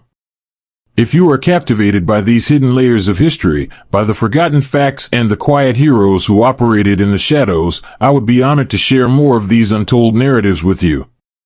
I invite you to join my email newsletter, a quiet space where we gently explore the deeper, unvarnished truths of the past. As a welcome gift, I will send you a free copy of my ebook, The Shadow War: 5 Top Secret Operations That Shaped World War II. It is a careful, soothing journey into the secrets that truly steered the course of history, delivered softly to your inbox. Please, to keep yourself safe, only use the secure link I've placed in the description below. If you try to search for this on the internet, the top results are unfortunately often fake websites designed to scam you, and I want to make sure you are protected. The gray mist rushing past the windows began to thin, tearing into ragged, fleeting wisps of vapor. And then, the bomber broke through the bottom of the cloud ceiling. The earth rushed up to meet him, a sprawling, muted patchwork of dark greens, browns, and the dull silver of a winding river. It looked so much larger now, so much more real and complicated than it had from the peaceful heights. The pilot eased the yoke forward, scanning the horizon for the familiar, hidden line of his secret airfield. He found it, a narrow strip of dark gray tarmac tucked quietly between a dense stand of ancient pine trees. It looked impossibly small, a fragile little scratch on the surface of the world. He reached down to the center console and placed his hand on the heavy, levered handle for the landing gear. He paused for a fraction of a second, feeling a sudden, intense reluctance to tether this great bird back to the ground. Then, he pushed the lever down. A deep, mechanical clunk echoed through the belly of the ship, followed by the heavy, groaning sound of the massive tires lowering into the rushing wind. The bomber shuddered slightly as the aerodynamic drag caught the wheels, a physical sigh of resistance as it prepared to touch the earth. He guided the heavy yoke with both hands now, feeling the sluggish, massive weight of the ship as it sank toward the tree line. In a nimble fighter, landing was a delicate dance of finesse and sudden corrections. But the fortress did not dance. It settled. It pushed its way down through the thick air with a stubborn, unyielding momentum. He watched the tops of the pine trees rushing past the side windows, so close he could almost count the needles. The dark runway rose up to fill the glass. He eased the throttles back a final fraction of an inch, holding the heavy nose just slightly above the horizon, asking the Leviathan to hold its breath for one last moment. And then, the earth reclaimed its captive. The massive rubber tires kissed the damp tarmac with a gentle, groaning squeal. A heavy, jarring shudder ran through the entire length of the fuselage, a violent vibration that shook the instrument panel and rattled the glass. The pilot pressed his boots firmly against the rudder pedals, fighting to keep the great beast centered as it rolled down the narrow strip of concrete, its silver wings casting long, dark shadows over the wet grass. Slowly, the incredible momentum began to bleed away. The rushing landscape outside the windows slowed to a crawl. The deafening roar of the wind faded, leaving only the low, exhausted rumbling of the four engines. He steered the bomber off the main runway, guiding it slowly down a narrow taxiway hidden beneath the overhanging branches of the trees. He brought the ship to a gentle halt near the edge of the forest, far away from the prying eyes of the sky. He set the heavy parking brake, feeling the satisfying mechanical lock engage. He sat back in the canvas seat, his hands falling away from the yoke. It was time to put the giant to sleep. He reached up to the roof panel, his fingers finding the mixture controls. One by one, he pulled them back, cutting the flow of lifeblood to the mighty cylinders. Engine number 4 coughed, a deep, rattling sound, and then fell silent. The great three-bladed propeller slowed its shimmering dance, the individual blades becoming visible before finally stopping completely, pointing at odd, tired angles toward the sky. Engine number 3 followed. Then number 2. And finally, he pulled the control for engine number 1, the massive heart on the far left wing. The Leviathan gave one last, deep, trembling shudder, a mechanical sigh that vibrated through the floorboards and faded away into nothing. The silence that rushed into the cockpit was absolute and deafening.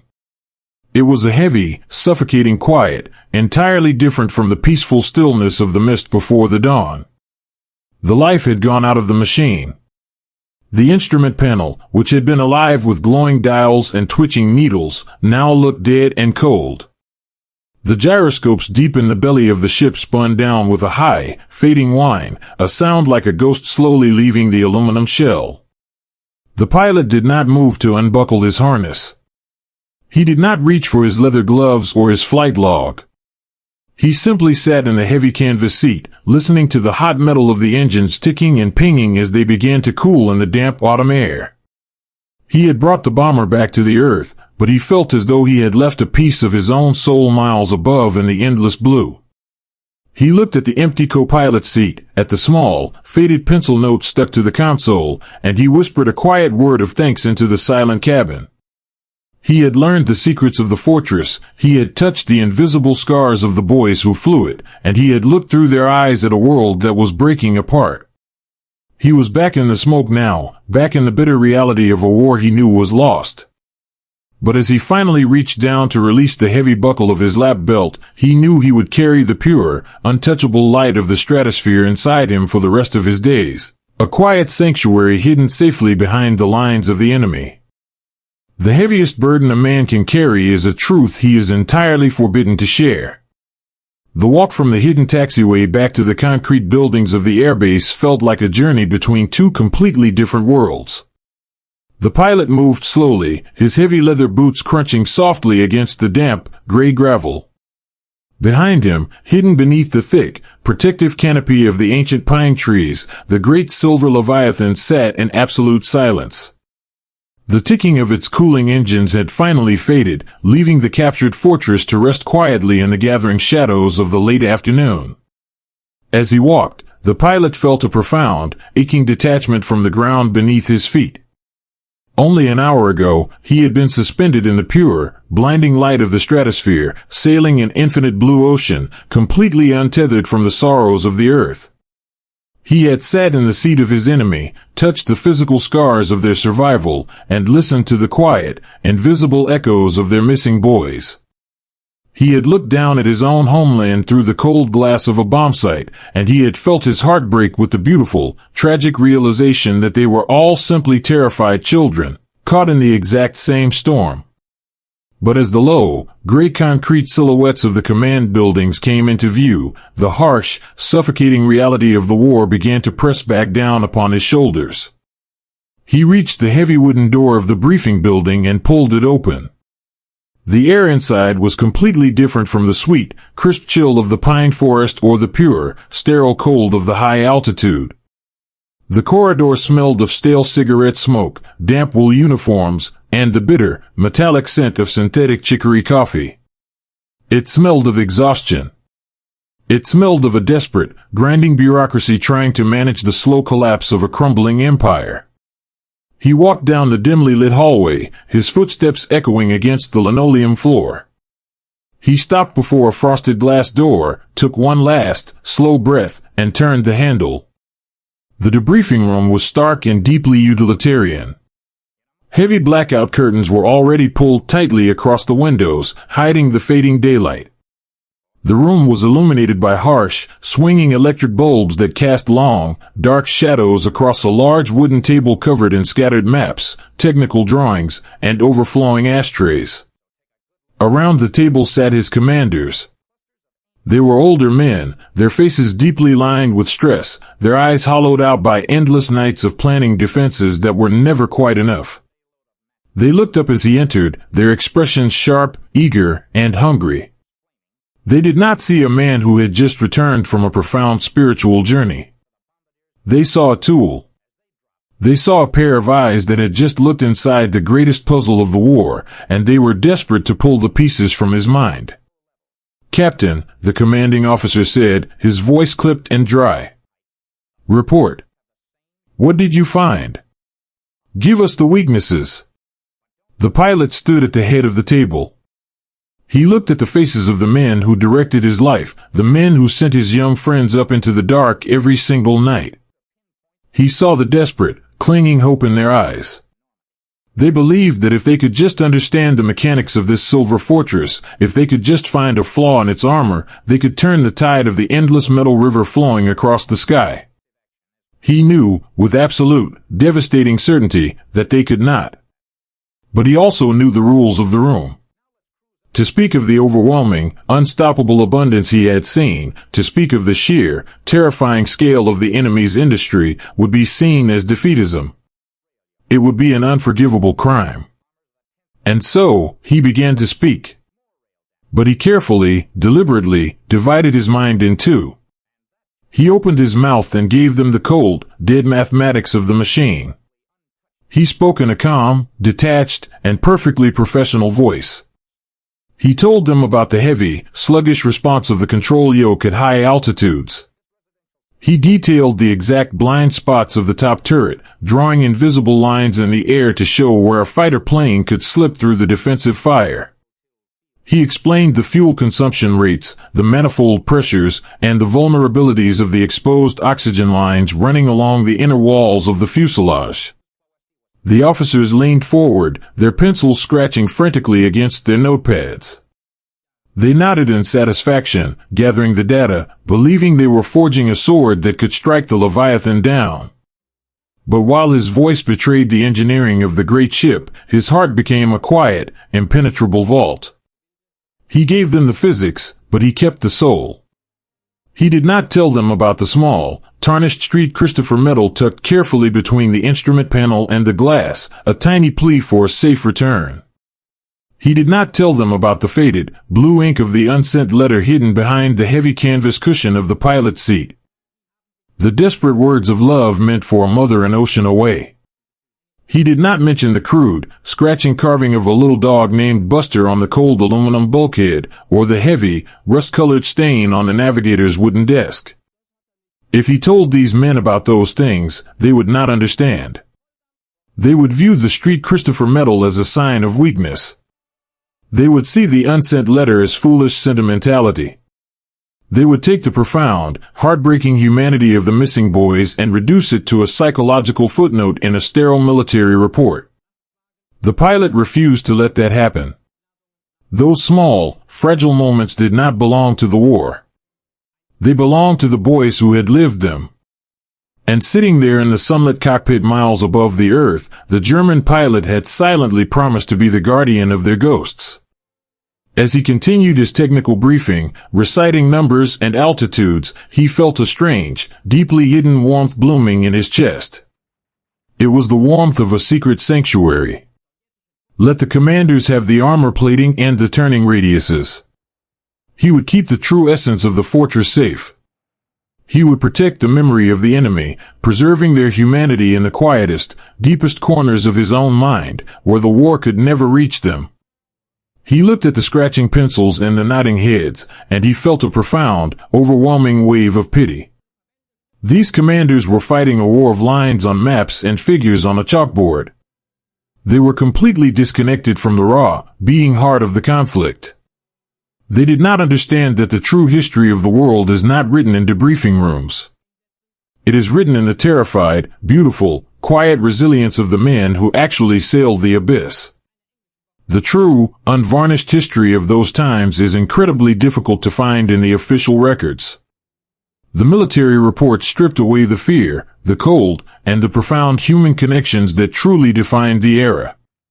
To understand the reality of what those young men endured, we must look to the tangible, physical things they left behind, the visual echoes of their sweeping journey. We must look to the raw, physical artifacts and the grand, visual storytelling that captures the scale of their sacrifice. If you feel drawn to preserving and witnessing this deeper, physical history, I have gathered something meaningful for you. I have created a curated collection on Amazon where you can discover authentic World War II memorabilia, holding the actual, tangible history in your hands, or you can experience the breathtaking, sweeping visual history of the era by watching the masterfully crafted film midway on Prime. Please, to keep yourself safe, only use the secure link I've placed in the description below. If you try to search for this on the internet, the top results are unfortunately often fake websites designed to scam you, and I want to make sure you are protected. The debriefing lasted for over an hour. The pilot answered every question with the same calm, measured detachment. He watched the officers compile their notes, building a profile of a machine they believed they could finally defeat. He let them have their illusion. It was, perhaps, the only kindness he could offer them, letting them believe that victory was still a matter of tactics, rather than a lost battle against an unstoppable tide of steel. Finally, the commanding officer set his pencil down and leaned back in his chair, rubbing his tired eyes. "Excellent work, Captain," he said, his voice heavy with exhaustion. "This data will be invaluable to our interceptor squadrons. You have done your country a great service today." The pilot simply nodded. "Thank you, sir. You are dismissed. Get some rest. You are back on the flight roster for the dawn patrol." The pilot offered a crisp, perfectly executed salute. He turned on his heel and walked toward the frosted glass door, leaving the smoky, brightly lit room behind him.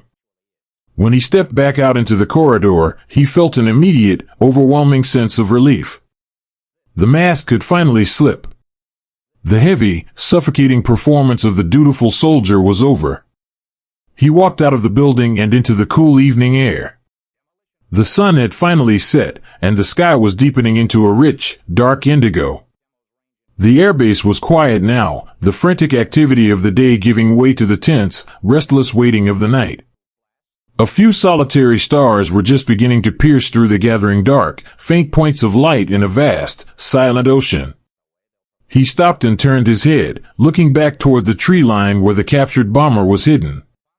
He could not see it in the dark, but he knew it was there. He could feel its immense, heavy presence resting in the shadows, a captive giant sleeping in a foreign land. He thought of the words he had left unspoken in the debriefing room.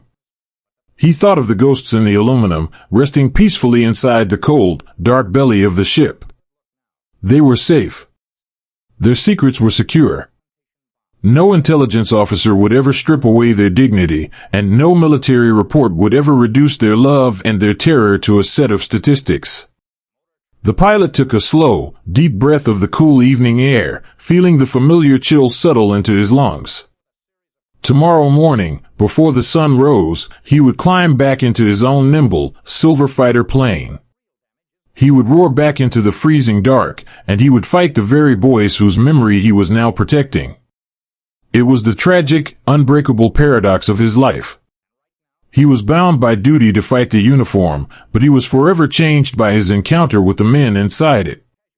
He zipped his heavy leather jacket up to his chin, sinking his hands deep into his pockets. He did not feel like a conqueror. He did not feel like a man who had stolen the secrets of the enemy. He simply felt like a quiet custodian of a beautiful, terrible sorrow. He looked up at the stars one last time, honoring the vast, impartial sky that held them all, and began the long, quiet walk back to his barracks, carrying the heaviest, most beautiful truth safely locked within his heart. Sometimes, the only place left to hide from the end of the world is inside the very machine that helped to break it. The war was drawing to a close, not with a sudden, triumphant silence, but with a slow, agonizing, and heavy exhaustion. The spring air, usually full of the sweet promise of blooming life, tasted instead of ash and distant smoke. The grand, sprawling airfields that had once hummed with the proud, frantic energy of youth were now cratered and quiet. The sky, which had belonged to the pilot and his nimble silver fighters for so many years, had been entirely surrendered. It was over. Every man on the ground knew it, even if the men in the high, echoing halls of power refused to say the words out loud.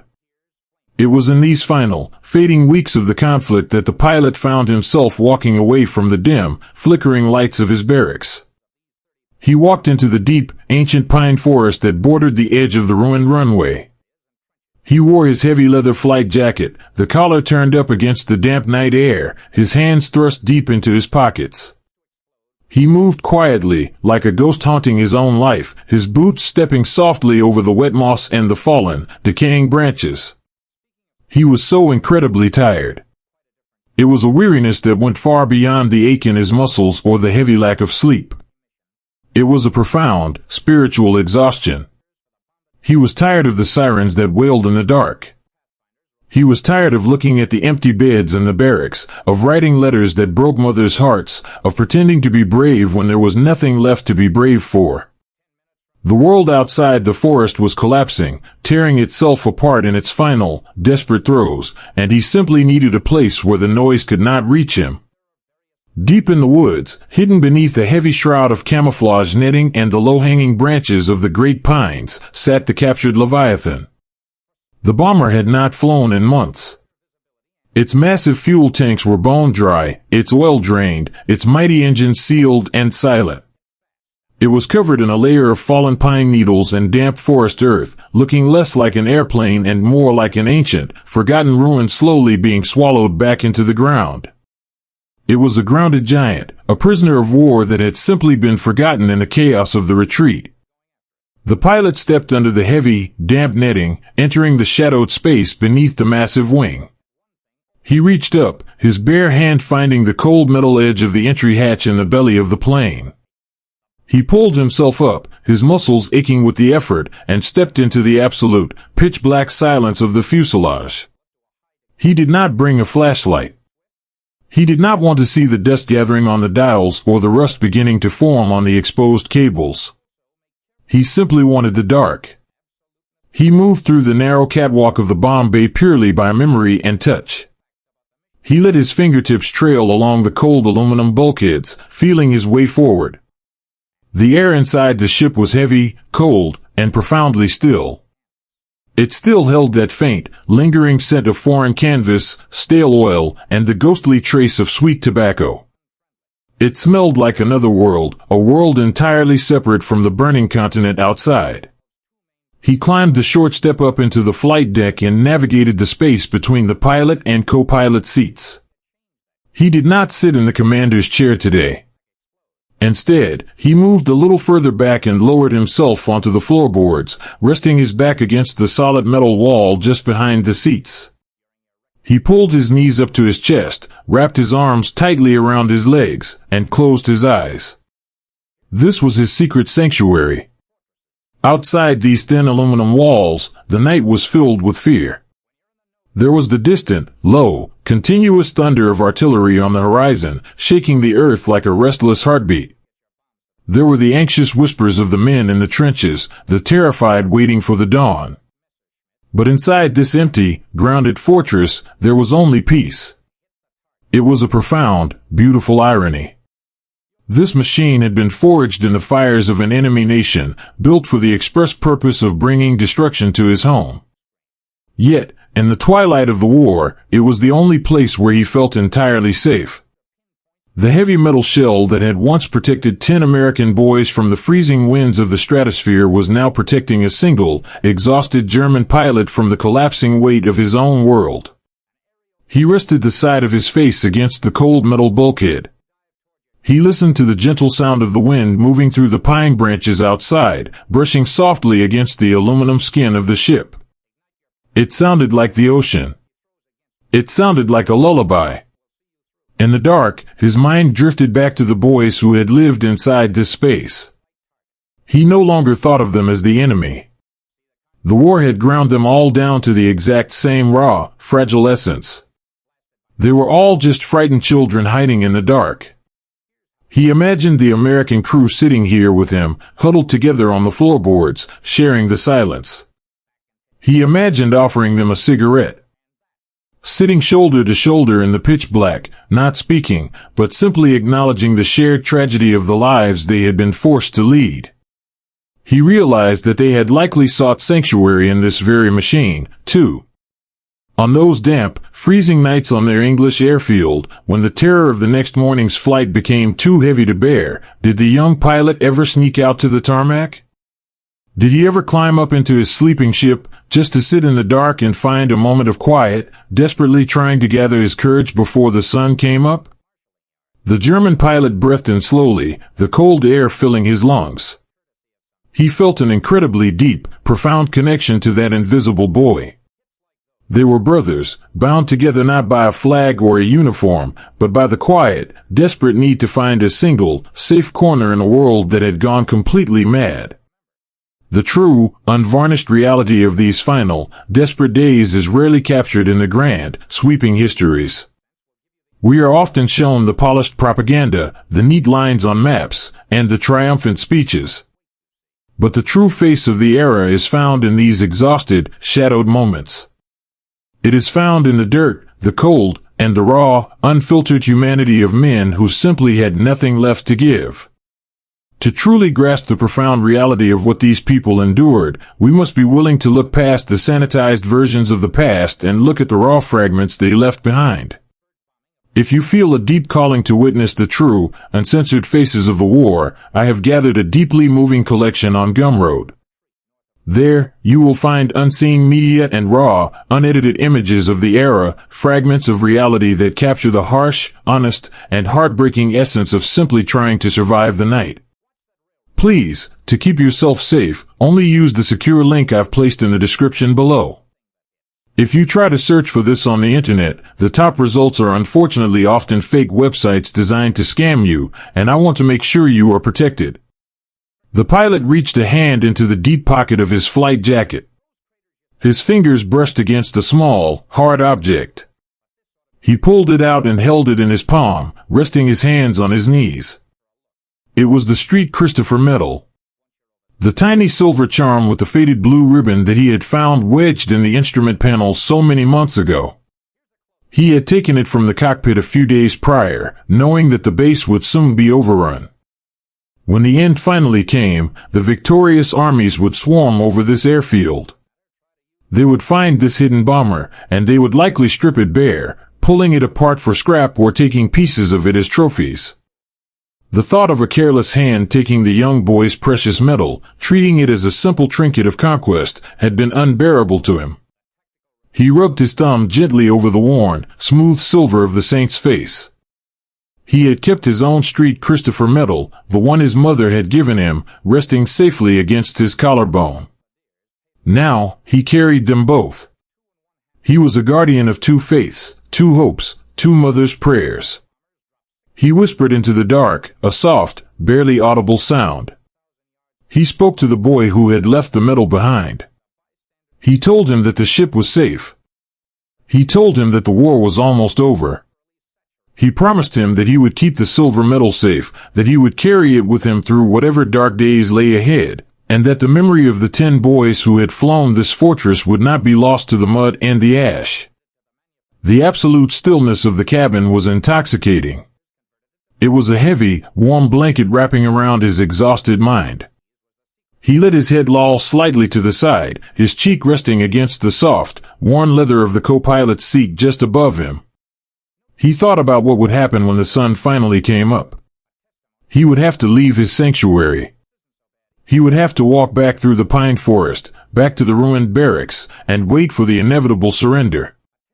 He would have to face a future that was entirely unknown, in a country that would be broken and divided.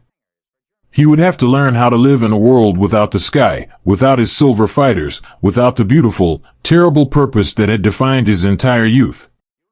The fear of that unknown tomorrow was a cold, sharp thing, but here, inside the secret sanctuary of the aluminum walls, he could keep it at bay for just a few more hours.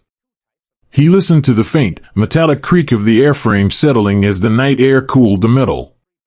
The ship was speaking to him in its quiet, mechanical language, offering him comfort. It was telling him that everything eventually comes to rest. The engine stopped turning, the fires burn themselves out, and the smoke eventually clears from the sky.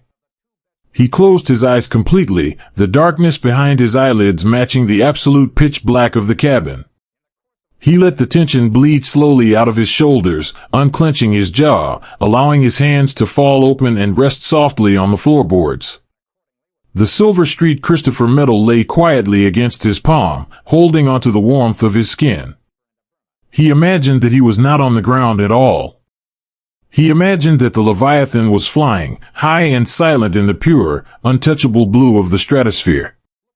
He imagined the steady, rhythmic hum of the 4 great engines, a deep vibration that rocked him gently like a child in a cradle.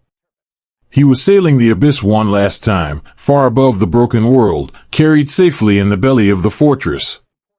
The distant, low rumble of the artillery faded from his mind.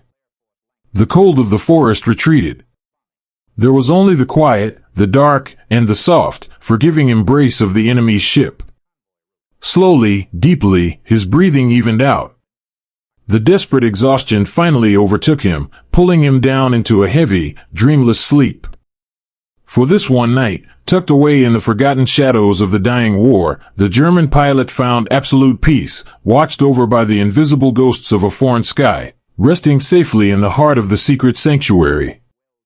Even the mightiest titans of the sky must eventually return to the dust, surrendering their silver wings to the quiet, forgiving march of time. The silence that followed the end of the war was unlike any quiet the world had ever known. It was not the tense, breath-holding stillness of waiting for the sirens to wail, nor the eerie, echoing pause between the dropping of bombs. It was, instead, a deep, heavy exhalation. The skies over the continent, once frantically crisscrossed with the white vapor trails of falling fire and the desperate, roaring climbs of interceptors, were now just vast, empty oceans of peaceful blue. The earth, torn, battered, and thoroughly exhausted, began the slow, agonizing work of healing. For the German pilot, this sudden, absolute stillness was almost deafening. He no longer wore the heavy leather flight jacket or the insignia of a commander. He wore a plain, worn woolen coat, the simple, anonymous garment of a man trying to find his footing in a shattered, quiet world. He was a civilian now, walking the dusty roads of a country that was having to learn how to breathe all over again. On a mild, golden afternoon in late autumn, his quiet wandering brought him to the edge of a sprawling, makeshift airfield. It was not a place of military precision or urgent departures. It was a resting place. Stretching out across the wide, flat expanse of the meadow were rows upon rows of the great bombers. The magnificent flying fortresses that had once darkened the sun and struck terror into the hearts of the cities below now sat shoulder to shoulder in the tall, unkempt grass. They were entirely stripped of their terrifying purpose. Their heavy machine guns had been carefully removed, leaving empty, hollow sockets in the glass bubbles where young boys had once frantically scanned the horizon. Their massive, three-bladed propellers drooped heavily toward the earth, still and silent, no longer carving through the thin air of the stratosphere. The pilot walked slowly along the rusted perimeter wire, his hands resting deeply in his pockets. The afternoon sun cast long, warm, amber shadows across the olive-drab fuselages. He looked at the peeling paint, the scuffed aluminum, and the fading, brightly colored names painted on the noses of the great ships. Names of wives, of hometown sweethearts, of favorite songs, and of beloved, faraway cities. Rosie. Memphis Belle. Sweet Sue. They were no longer weapons of destruction.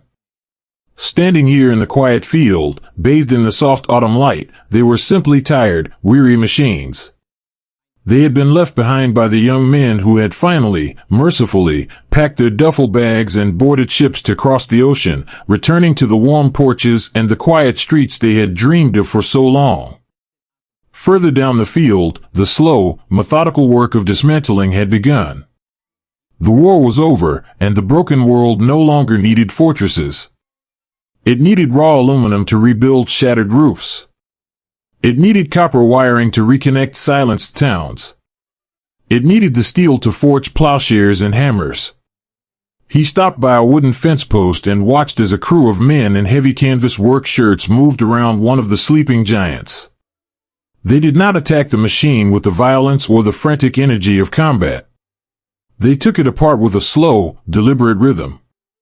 It felt incredibly intimate to watch, almost like a solemn, quiet ceremony of passing. He listened to the sharp, snapping sound of rivets being popped free, the dull, resonant thud of heavy metal panels being lowered gently into the tall grass, and the soft, rhythmic clatter of wrenches and tools. He watched as a massive wing, perhaps the very same design of wing that had carried him so safely through the freezing abyss of the sky, was carefully separated from the central fuselage. Watching the giant being taken apart did not make him angry. It did not fill him with the bitter, burning sting of a defeated soldier watching the enemy's weapons being prized.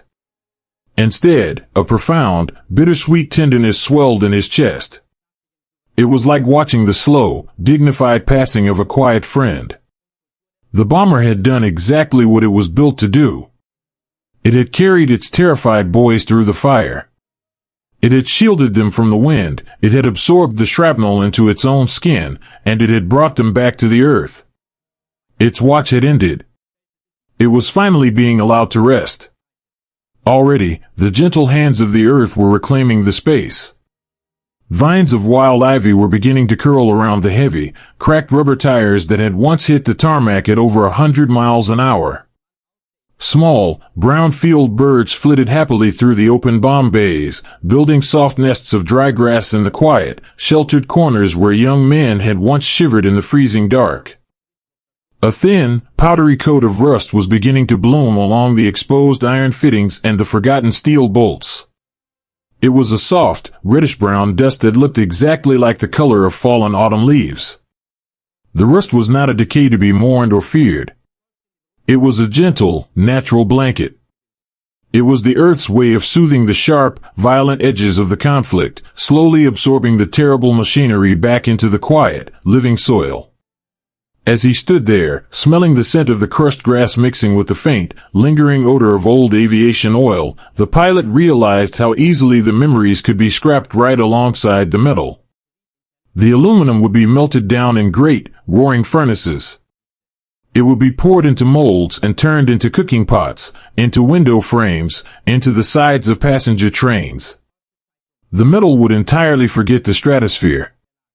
It would forget the blinding light of the sun above the clouds, and it would forget the terrifying dark of the flak fields. But the stories hidden within that metal, the quiet fears, the whispered prayers carried over the intercom, the unsent letters tucked behind the canvas seats, and the staggering, everyday heroism of the boys who flew them, those could not be allowed to rust away. They needed to be held, protected, and carefully passed down. It is a delicate and deeply important labor to gather these fading whispers before they return to the earth. To sift through the dust of history, to look past the grand narratives of victory and defeat, and to rescue the beating human hearts hidden within requires time, endless patience, and a quiet dedication to preserving our shared humanity. If you feel a connection to these forgotten stories, and if you would like to help support the deep research and the quiet hours it takes to breathe life back into these memories, I would be so incredibly grateful for a small tip on my Ko-Fi page. Even the smallest gesture helps me continue this deeply meaningful work, ensuring that the quiet courage of those times is never dismantled and forgotten. Please, to keep yourself safe, only use the secure link I've placed in the description below. If you try to search for this on the internet, the top results are unfortunately often fake websites designed to scam you, and I want to make sure you are protected. The pilot reached his bare hand deep into the pocket of his woolen coat. His fingertips found the smooth, familiar shape of the small Silver Street Christopher medal. The faded blue ribbon attached to it was worn and frayed, softened by the constant, anxious touch of his thumb over the long, difficult months since the end of the war. He carried it with him everywhere now. It was no longer just a piece of captured history.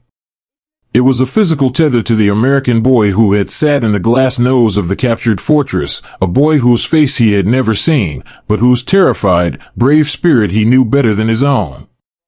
He rubbed the smooth silver of the saint's face, sending a quiet, wordless thought out across the ocean. He hoped that the boy had made it home. He hoped that he was sitting on a porch somewhere, listening to a dog bark in the distance, feeling the warmth of the sun on his face without having to look up at the sky in fear. He hoped that the boy had found a way to leave the heavy, invisible armor of the war behind, just as these great ships were now shedding their skin in the meadow. The pilot stood by the perimeter wire for a long time, watching the sun slowly dip below the tree line. The sky shifted from a bright, clear blue into soft, watercolor shades of bruised purple, dusky pink, and pale gold. The work in the scrapyard gradually ceased for the day.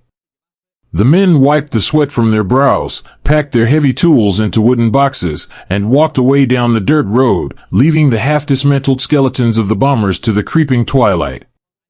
The silence returned, deeper and more profound than before.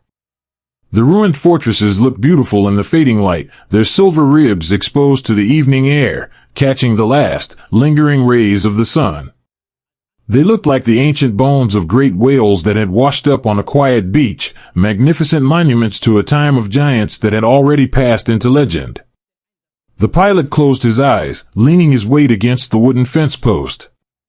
He listened to the gentle evening breeze rustle through the tall grass and whistle softly through the empty window frames of the fuselages.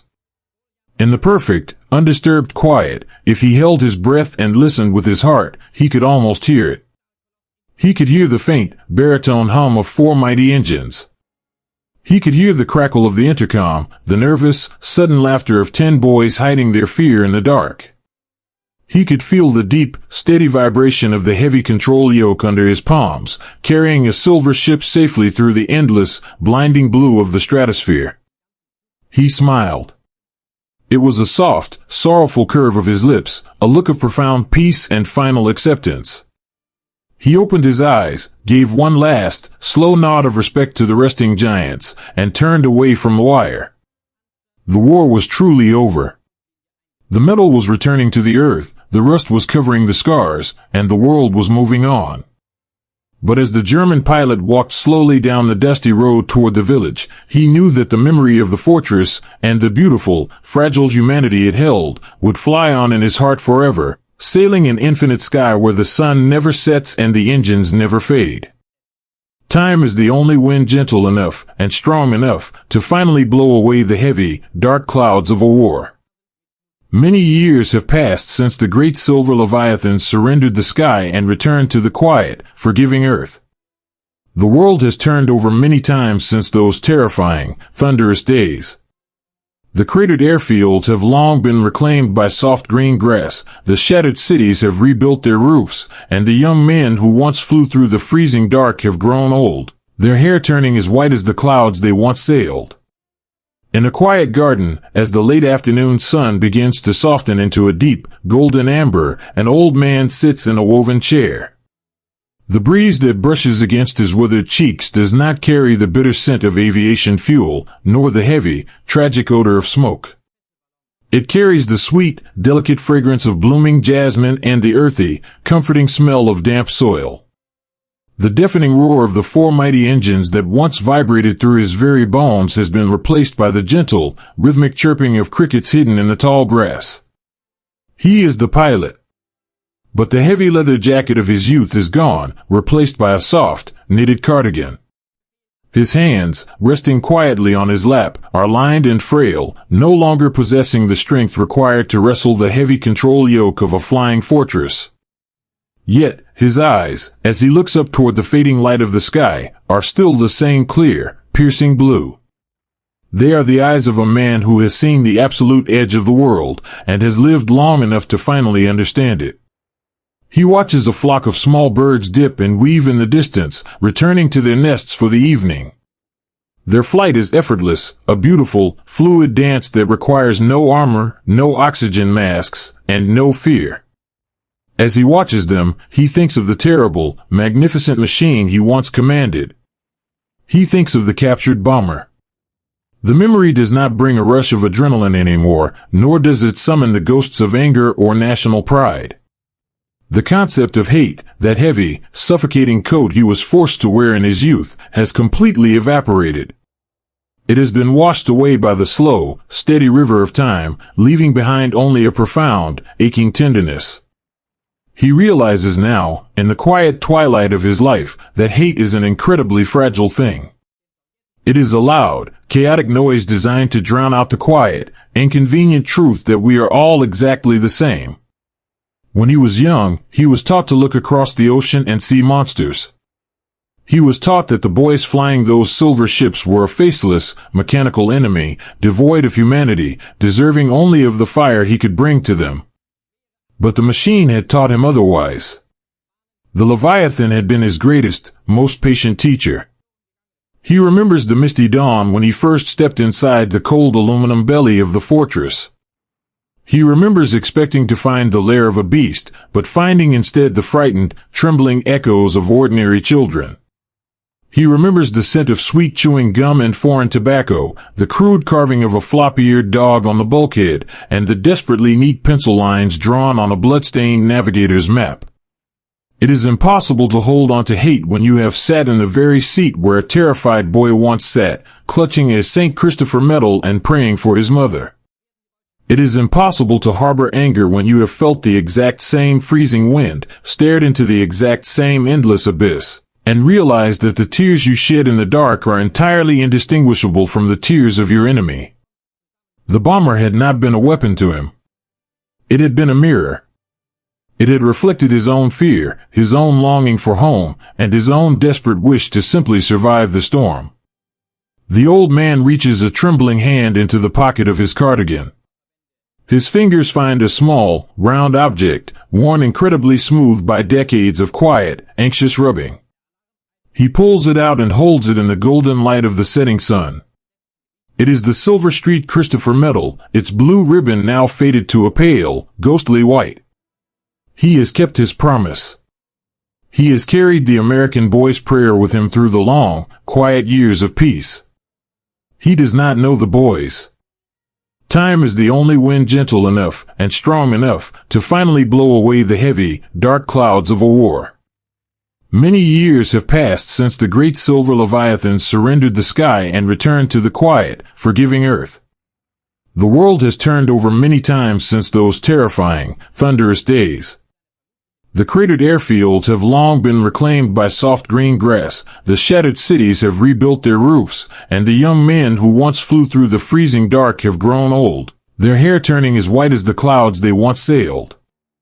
In a quiet garden, as the late afternoon sun begins to soften into a deep, golden amber, an old man sits in a woven chair. The breeze that brushes against his withered cheeks does not carry the bitter scent of aviation fuel, nor the heavy, tragic odor of smoke. It carries the sweet, delicate fragrance of blooming jasmine and the earthy, comforting smell of damp soil. The deafening roar of the four mighty engines that once vibrated through his very bones has been replaced by the gentle, rhythmic chirping of crickets hidden in the tall grass. He is the pilot. But the heavy leather jacket of his youth is gone, replaced by a soft, knitted cardigan.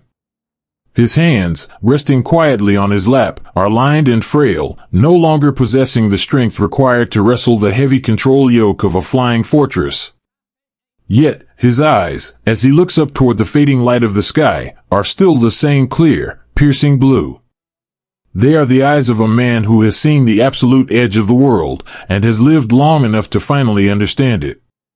He watches a flock of small birds dip and weave in the distance, returning to their nests for the evening.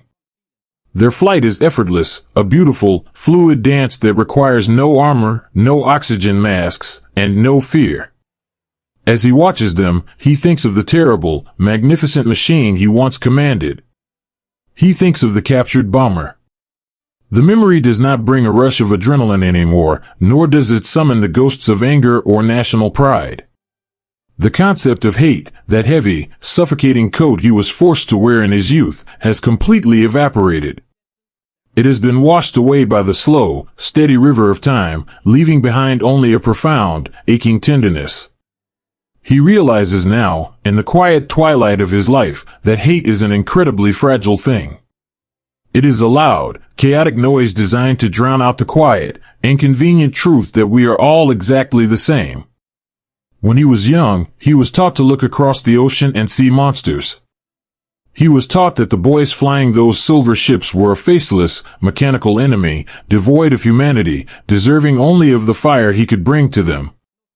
But the machine had taught him otherwise. The Leviathan had been his greatest, most patient teacher. He remembers the misty dawn when he first stepped inside the cold aluminum belly of the fortress. He remembers expecting to find the lair of a beast, but finding instead the frightened, trembling echoes of ordinary children. He remembers the scent of sweet chewing gum and foreign tobacco, the crude carving of a floppy-eared dog on the bulkhead, and the desperately neat pencil lines drawn on a blood-stained navigator's map. It is impossible to hold on to hate when you have sat in the very seat where a terrified boy once sat, clutching a St. Christopher medal and praying for his mother. It is impossible to harbor anger when you have felt the exact same freezing wind, stared into the exact same endless abyss, and realized that the tears you shed in the dark are entirely indistinguishable from the tears of your enemy. The bomber had not been a weapon to him. It had been a mirror. It had reflected his own fear, his own longing for home, and his own desperate wish to simply survive the storm. The old man reaches a trembling hand into the pocket of his cardigan. His fingers find a small, round object, worn incredibly smooth by decades of quiet, anxious rubbing. He pulls it out and holds it in the golden light of the setting sun. It is the Silver Street Christopher medal, its blue ribbon now faded to a pale, ghostly white. He has kept his promise. He has carried the American boy's prayer with him through the long, quiet years of peace. He does not know the boys.